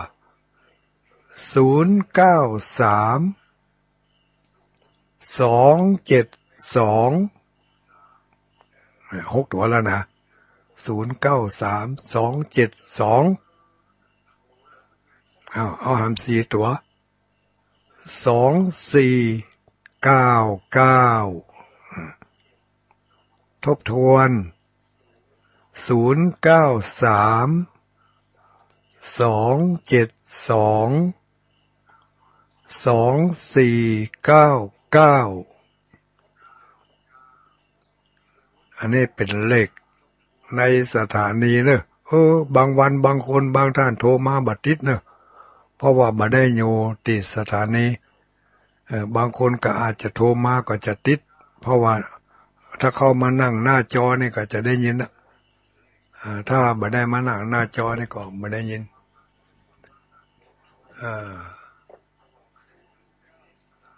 ไปงานขาวดำมาแล้วซองนี้เอามาให้มาลุ้นก็ได้ดีละอนุโมทนาฟังเทศน์ฟังธรรมกันไปทั้งแม่ขจารย์ว่าจะได้ฟังอยู่เนี่ยแม่ขจารย์ก็ฟังอยู่เนอะคืนนี้ออก3 สถานีด้วยกันมีแม่ขจารย์โมเดิร์นเรดิโอเนาะทัดนั้นมาก็มีคนฟ้าเดียวกัน 99.75 คนฟ้าเดียวกันคนฟ้าเดียวกันนี่ก็ได้ถวายเวลากับพระสงฆ์เจ้า2 วันคือวันเสาร์แล้วก็วันจันทร์เวลา20:00 นถึง4:00 นแล้วก็มีสถานีดอยหมอกเรดิโอดอยหมอกเรดิโอนี่ก็ถวายเวลาทุกวันทีมงานคุณโยมดารุณีนี่ก็ไปได้ทั่วคนดอยหมอกเรดิโอถ้าต่างอำเภอไปก็ชื่อคนละอย่างนั่นนะแต่ว่าก็สถานีท้องถิ่นของแต่ละที่แต่ละแห่งเนาะอำนวยความสะดวกถวายให้แก่พระสงฆ์องค์สังฆเจ้าต่าง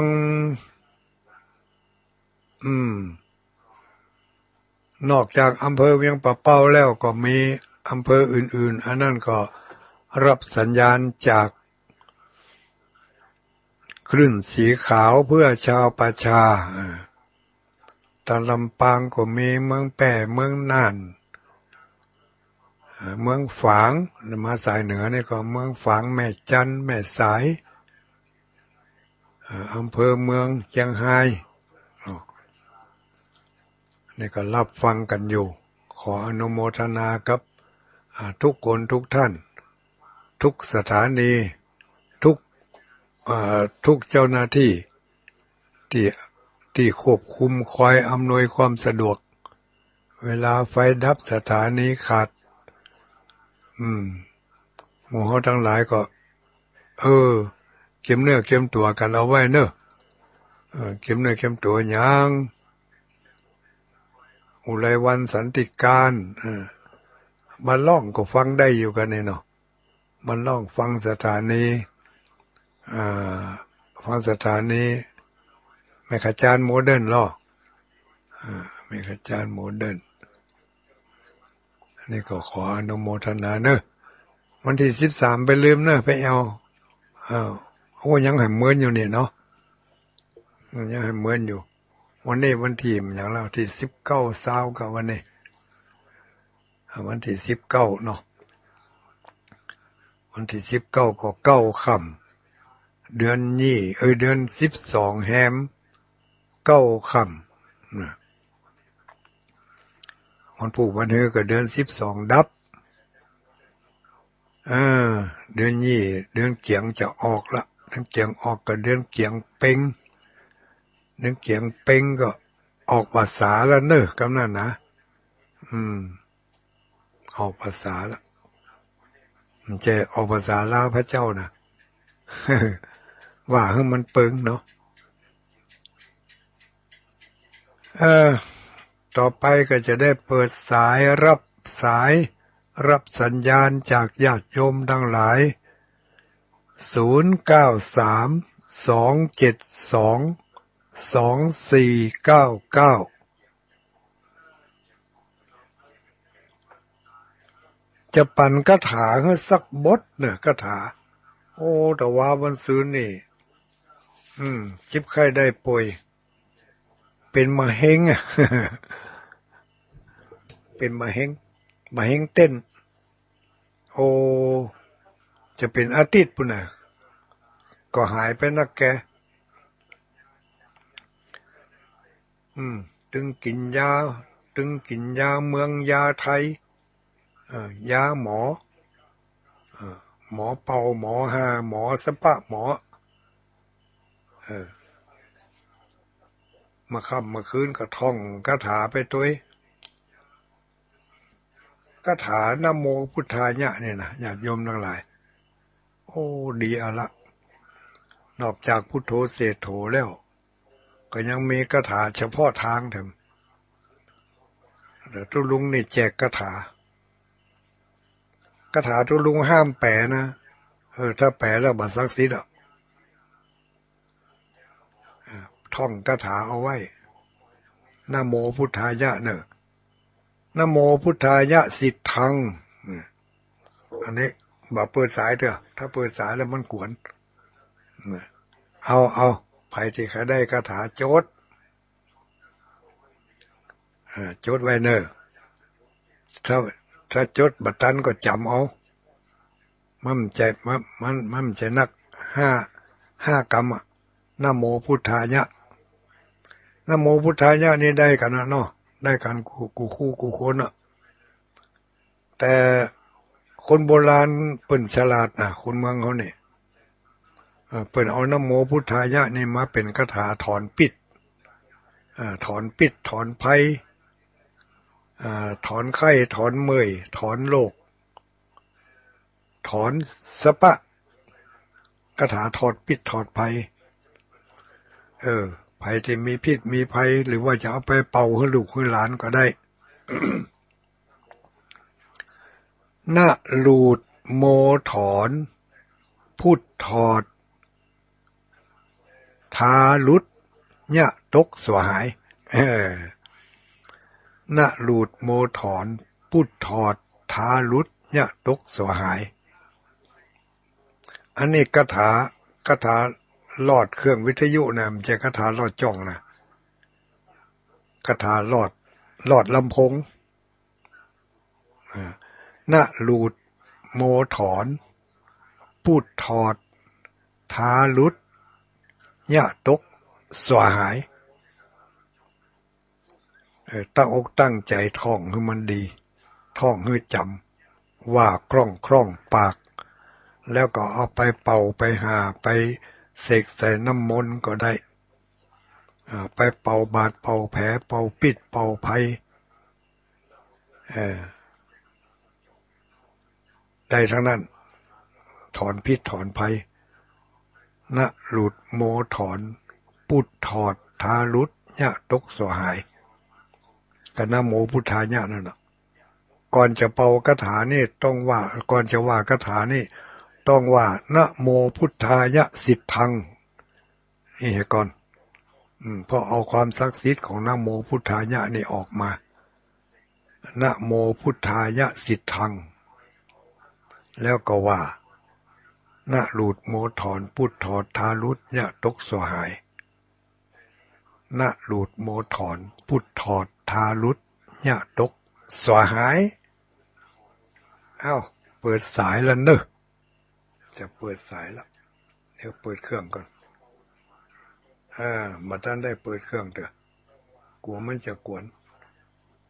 เดี๋ยวกันเนอะละเปิดเครื่อง099327229499อันนี้ก็ ใครจะโทรเข้ามาก็โทรมาได้เนอะแจ้งพิกัดมาว่าอยู่ที่ไหนตำบลอำเภอจังหวัดอะไรคนฟังคนที่โทรมานี่ชื่ออะไรก็จะได้สนทนากันแจ้งมาอยู่ที่ไหนฟังสถานีได้เจ้าของสถานีเพิ่งจะได้ดีอกดีใจทำน้อยเนาะ0932722499เจริญพรครับผมไผนี่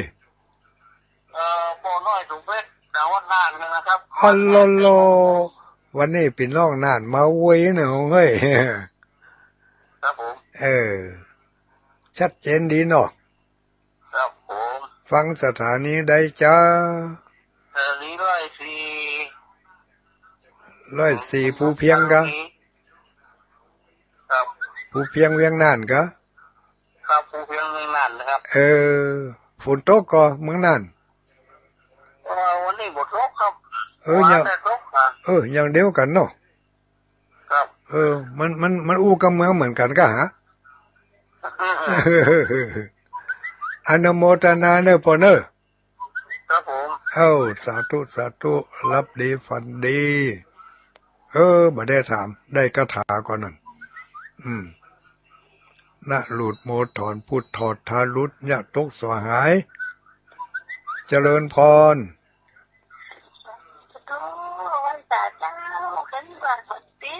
ฮัลโหลไม่ไรกะไม่ลากะออโตวันนี้ติดรายที่2เลย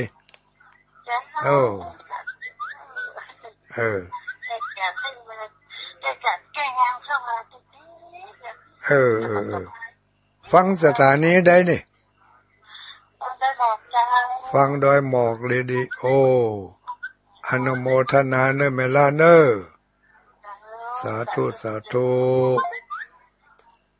0932722499เจริญพรไหวสาไผเอ่ยแม่สีจันทร์บ้านห้วยส้มตำบลเจดีย์หลวงอำเภอแม่สวยเจ้า5 ครั้งอยู่เด้อแม่สีจันทร์ชัดเจนดีฝนตกก็มาแรงนี่ฝนตกเจ้าวันนี้แดดร้อนวันนี้นะนั่นเนาะวันนี้ตากผ้าได้จัดดีอ่ะเจ้าตากผ้าดีมากผ้าเหม็นตื้อมาหลายวันแล้วเนาะเจ้า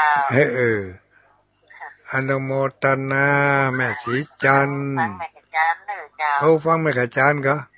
ฮัลโหลข้ามไปปุ่นแล้วเนาะสาธุสาธุชัดเจนดีแม่จันทร์โมเดิร์นเรดิโอ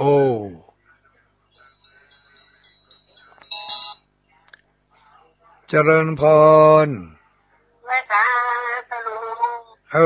ลูกไหนมาปานีฟังแม่ปานีมอกะเจ้านั่นเจ้า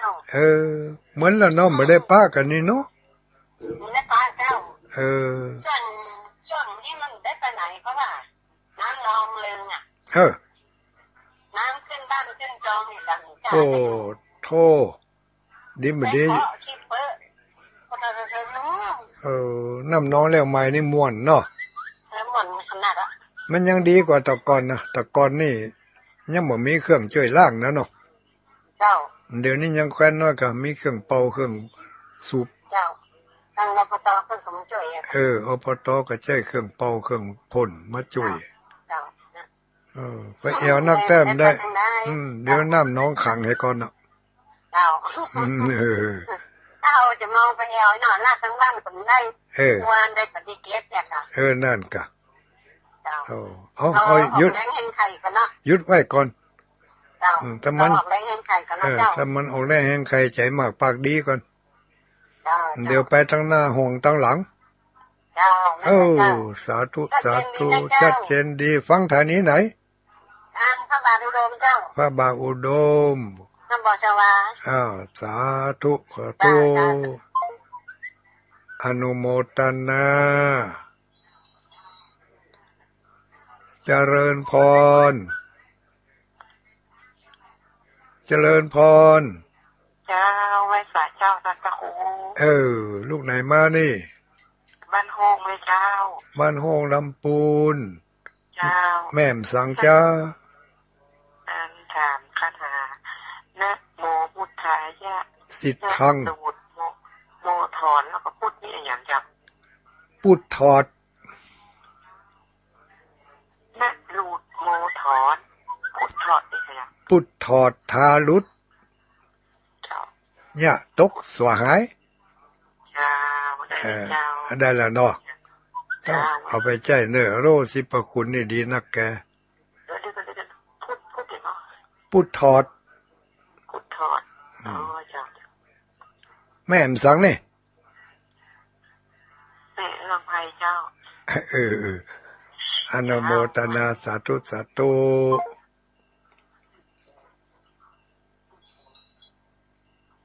เจริญพรเจ้าแกไม่สาเจ้าตุ้ลุงน้อยอันนี้มันต้องถามเนาะเรื่องติดแล้วพรวันนี้ติดแล้ววันนี้ติดแล้ววันนี้มาได้ข้างอย่างกับวันก่อนเนาะเจ้าฟังอยู่เนอะฟังงานขึ้น 98.75 วัดห้วยจ่องซากนี่แน่เจ้าชัดเจนดีเด้อชัดเจนดีสาธุสาธุเตยเนอะโจทย์วันนี้ท่องก็คล่องเพื่อถ้าท่องคล่องจะอ่านออกอากาศเด้อฮัลโหลไม่เป็นไรไม่เป็นไรสาธุสาธุสาธุเจ้า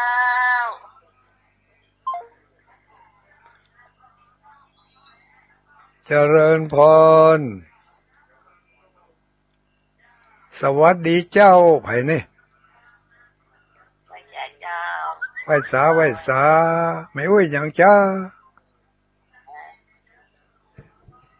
ไม่อุ้ยอย่างอยู่บ้านไหนแม่อุ้ยหลงบ้านบวกอำเภอลีอ๋อบ้านบวกอำเภอลี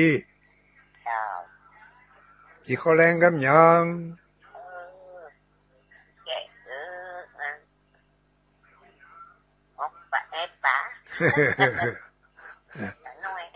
แอบป่าน้อย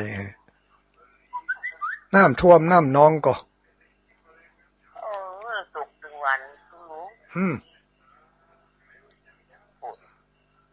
ฝนตกอยู่เนาะวันนี้ก็ตกอัลโหลดูต่างชุ่มช่ำดีตกน้ำเจ้าแจ๊ะทำเหมาะเนาะอนุโมทนาสาธุสาธุรับดีฝันดีเจริญพรยังไม่สาธุลุงฟังอยู่เนอะมีบ้านห้องยังไม่สายทองนะเจ้าคุณโยมแม่สายทองบ้านห้องได้คาถาด้วยเปิ้นก็ได้กับนะโมพุทธายะแล้วก็น่าหลุดโมถอนนี่ใช่ไหมน่าหลุดโมถอนทาลุดอีกถึงกันเจ้าน่าหลุดโมถอนทาลุดพุทถอดนะโมพุทธายะอันนั้นเนาะนะโมพุทธายะได้จ้ะพุทถอดทาลุดพุทถอดทาลุดเนี่ยตกสวหายจะแปลว่าสวหายะนะสวหายเอาหายไปเลยอ่ะนี่ก็อนุโมทนาสาธุสาธุแม่สายทองเจริญพรไม่สาเจ้าไผ่จ้าโทรมาจากอำเภอ2เจ้าบ้านของเจ้าอำเภอ2จังหวัดแพร่เจ้าอำเภอ2จังหวัดแพร่เจ้าติ๊กวันนี้ยังดีโชคดีได้ยังตันได้อยู่เนาะโชคดีได้อู้หลวงพ่อเนาะนั่นน่ะกะแม่ยังนี้แม่ลำยองอินทวิชัยเจ้าแม่ลำยองอินทวิชัยเจ้าได้ยินโทรไปหาสมณเณรลักจัดมันแต่สอบที่นี่เลยหมดอกหมดใจได้คาถาก่อนนั่นนั่นก็เอาไปเป่าไปหาให้ลูกให้หลานเด้อน่ะหลุดโมถอนปุดถอดทาลุดไม่จดเข้าใจปิดโทรศัพท์เดี๋ยวลืมไปฮะสาธุนะหลุดโมถอนตาลุดพูดถอดเนี่ยตกสหายนะโมพุทธายะเจริญพรเจ้า กับว่าสาจ้าดูไหวสาลูกไหนมานี่ลูกมันดินดำมาเจ้ามันกันได้อยากปัดโทษติดอยากนักแกกะเจ้าจะได้บัวโทษประจังเหมือนเดิมพอในเพื่อนถึงเหมือนใครติดเจ้ามันดอยมันหลายลูกกะ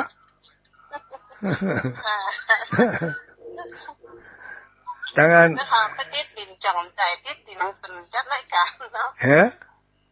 ไปติดดินจอมใจติดต้องเป็นจัดรายการติดตอนนี้ไม่ได้จัดรายการนี่โทรติดง่ายแต่ตอนนี้มันว่าเป็นโยนเนาะนั่นกะมันโยนกันมันซ่อนกันมาอีกข้อแรงกับอย่างวันนี้สบายดีแล้วกินเอากับของกินน้ำกี่ออดหรือเปล่าฮัลโหลกี่ออดเปล่าคนเฒ่าคนแก่อ่ะกะเจ้าได้หรือเปล่ามาเลิกกันแพงอ่ะติ๊กโอ้มันล้ำนะขี้อ่อนเป้านี่หวานมันนะกะพอเหลียงอิงซิงเหมาะขนาดอีเหมาะเราจะได้ส่งมาทั้ง SMS อ่ะเนอะเจ้ากินก็จะกินก็จะส่งส่งมาเถอะอนุโมทนาสาธุบ่ได้คาถาก็เป็นกรรมกันนั่นปอดเท่าพอไม่อุ้ยกระบี่เนี่ยนะว่านี่ยังมีอยู่กระบี่โอ้โธ่ยังมาแต่กันนั่นบักกลัวน้ำท่วมเมืองฝางนะอยู่กระบี่พุ่นเจริญพรข้าเจ้าทุกคนเลยวันนี้ติดยากมันเหมือนซื้อได้ดอกแก้วติดแล้ววันนี้พระโตไปยากยังไม่วิอินแล้วไม่วิอินเสมงไปกดใส่แล้วฮะเนี่ยไม่วิอินน่ะสมาธินะวิอินเนอะมาตั้งใจกดสมันดับให้เจริญพรไหว้สาภายนี่จากอำเภอสองบ้าวันนี้มาหลายคนนะเฮ้ย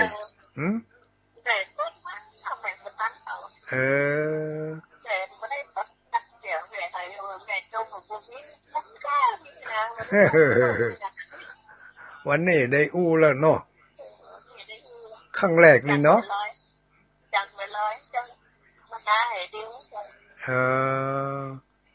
บ้านไม่ร้อยอีกอะ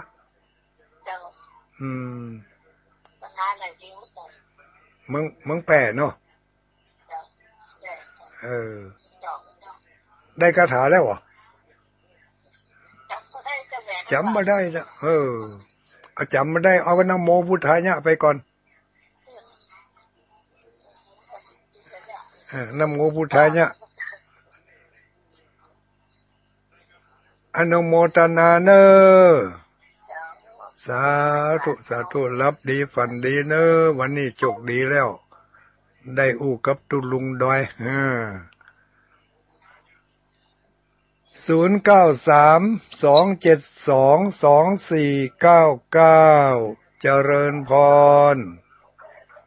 ไม่สาจ้าตุลุงดอยฮัลโหลน้ำบ่ท่วมกันนั่นรถหัวไม่รู้สึกว่าแปลกนะนี่มันแบบนี้น้ำบ่ท่วมกะน้ำท่วมนะจ๊ะแล้วโทรศัพท์เปียกนะกะมันบ่ติดอ่ะมันเปียกนะกะมันบ่ติดอ่ะนั่นเนาะสถานีเป็นไล่ห้ำกูเตือนี่เนาะอนุโมทนาเนอสา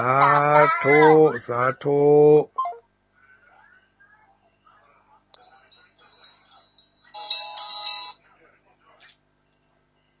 เจริญพร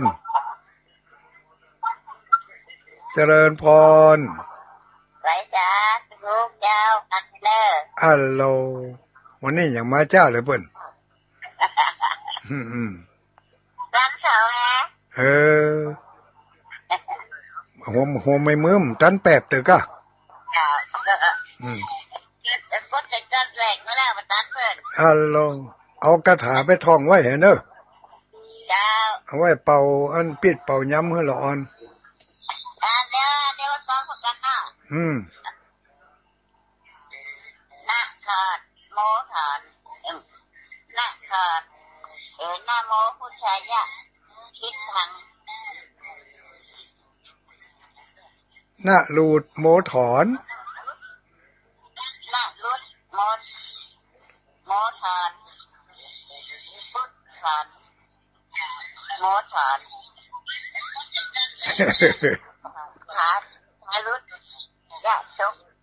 เสือหายทุกกระเจ้าเดี๋ยวฟังเนอะนะลูดโมถอนปุดถอดทารุดเนี่ยตกสวหาย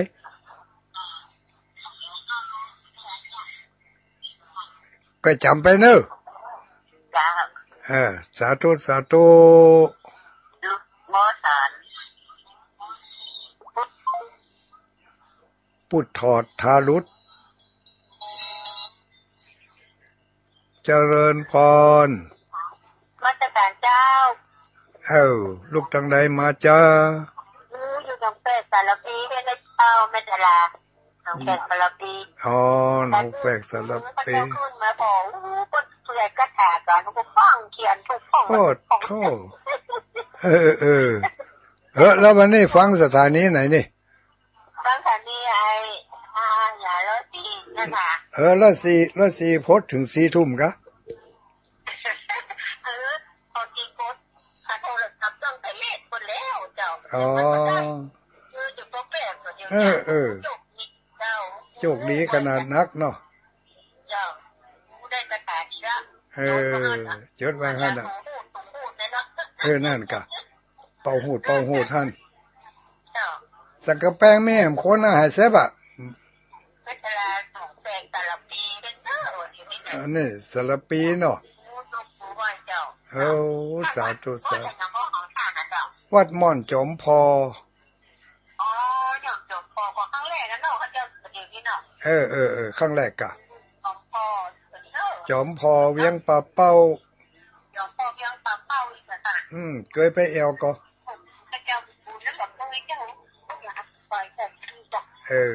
มีโอกาสไปแอวเนอะจอมพอจอมดูนั่นน่ะจอมพอจะดูนะบอนั่นน่ะสารปีจอมพอเขียนตัวเวียงป่าเป้าไปเจ้าเวียงป่าเป้าจังหวัดเชียงรายเจ้าจำเจียของคนโป่งมันแน่อันนี้ก็โอ้แก่แล้วสิโดนไม่งอนก็หมาของบ้านเวียงป่าเป้า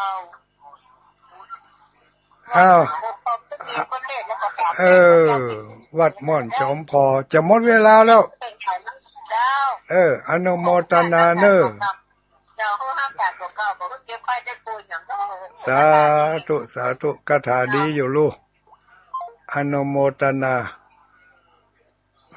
วันนี้มาลั่งสถานีไล่ลุ่นละบอกก้าเจริญพรไหว้สาไผ่จ้าวังเจริญวันนี้พะเยาหายแซ่บหมดหอเนาะถ้าจะฝนตกห้ำหุ่มหู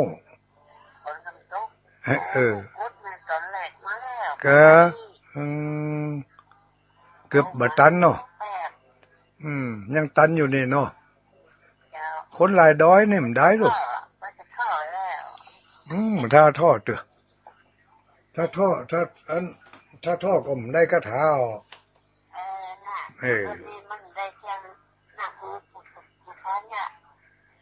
นะโมพุทธายะสิทธังสิทธังนะโมพุทธายะสิทธังสิทธิสิทธังเนอะกะ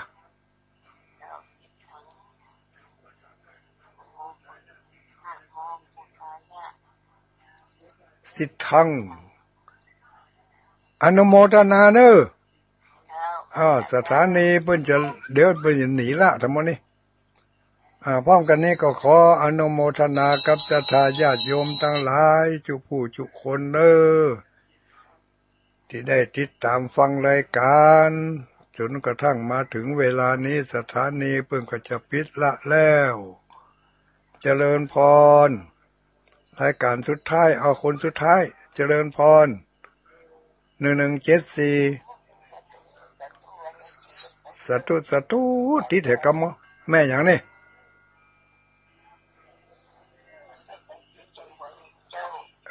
สถานีเพิ่นปิดแล้วฮั่นอนุโมทนาเนอสาธุจัตตารโอธรรมาวัฏันติอายุวันโนสุขังปะลังญาณิตะโพตานิสัมมา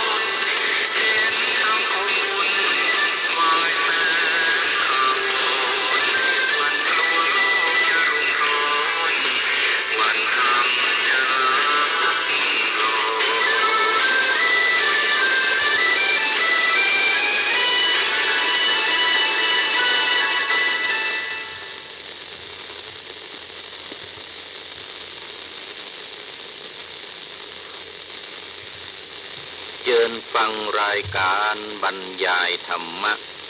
พระไทยปิฎกการลอยฟ้าไก่เชิญชวนมวลมิตรตั้งจิตตั้งใจฟังไปกึดไปชื่นใจม่วนเล่นเบิกบานสานสุขสนุกตื่นเต้นตามวรรคตามเวรเป่าห้องพระสูตรอภิธรรมวินัยพ้องตามเรื่องเกี่ยวข้องในธรรมวิทยุ96อุปถัมภ์โดยพระธาตุคำโดยสุเทพเจ้าพระธรรมเสนาบดีผ่านเผ่าเจ้าอาวาสเอาธุระสนับสนุนมอบทุนวัดพระธาตุโดยสุเทพบำรุงก็ภูวันลบนามวงคมจุงจักนำอำนวยการบรรเจิดจ้าพระมหาประสิทธิ์เป็นหัวหน้าสถานีลาเข่งคัดอาตมาพระครูปริยัติยานุศาสตร์ผู้บรรยายนำเอาธรรมะมาแผ่ขยายฟังตามสบายต่อไปเนื้อเจ้าต่อไปเนื้อเจ้าขอถวายความเคารพพระมหาเถระพระเถรานุเถระเจ้าคณะพระสังฆาธิการทั่วโลกอันมีพระเดชพระคุณหลวงพ่อพระธรรมเสนาบดีรองเจ้าคณะภาค7เจ้าอาวาสวัดพระธาตุดอยสุเทพราชวรวิหารเป็นเก้าเป็นประธานในสถานีวิทยุพระพุทธศาสนา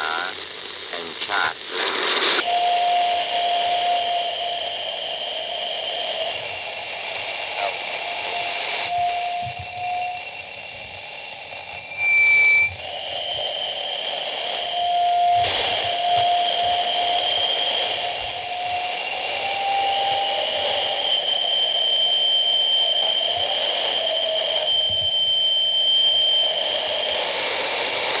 สว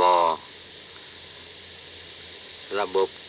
FM 104.50 ออกอากาศที่มาเถระสองตนคือหลวงพ่อเจ้าคณะอำเภอและหลวงพ่อรองอำเภอเทพอำเภอเมืองจังหวัดเชียงใหม่รายการพระไตรปิฎกลอยฟ้าวันนี้ออก2 สถานีพร้อมกันคือสถานีวิทยุวัดพระธาตุดอยสุเทพและวัดฝ่ายหินเนอร์วันนี้ทางวัดพระธาตุดอยสุเทพนี่ก็มีพ่อครูวันลบนามวงพรหมเป็นผู้อำนวยการอาจารย์พระมหาประสิทธิ์ประสาธิโกเป็นหัวหน้าสถานี สำหรับวัดฝ่ายหินก็มีท่านพระครูสมุวิสุวัตรวรกิจโจเป็นผู้อำนวยการแล้วก็เป็นหัวหน้าสถานีด้วยที่คลื่น 104.50 ตามปกติรายการพระไตรปิฎกลอยฟ้านี้ก็จัดออกอากาศทางสถานีวิทยุ104.50 วัดฝ่ายหินมาโดยตลอดต่อจากวัดพระธาตุดอยสุเทพคือวิทยุ96 FM 96ซึ่งเริ่มแรกออกอากาศตั้งแต่สถานีตั้งอยู่ที่มจร.วัดสวนดอกแล้วก็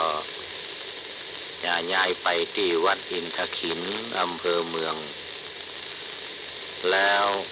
สุดท้ายก็ยกขึ้นมาที่วัดพระธาตุดอยสุเทพรายการ พระไตรปิฎกลอยฟ้ากัดตยขึ้นมาถึงวัดพระธาตุดอยสุเทพสมัยนั้นเมื่อปี 2546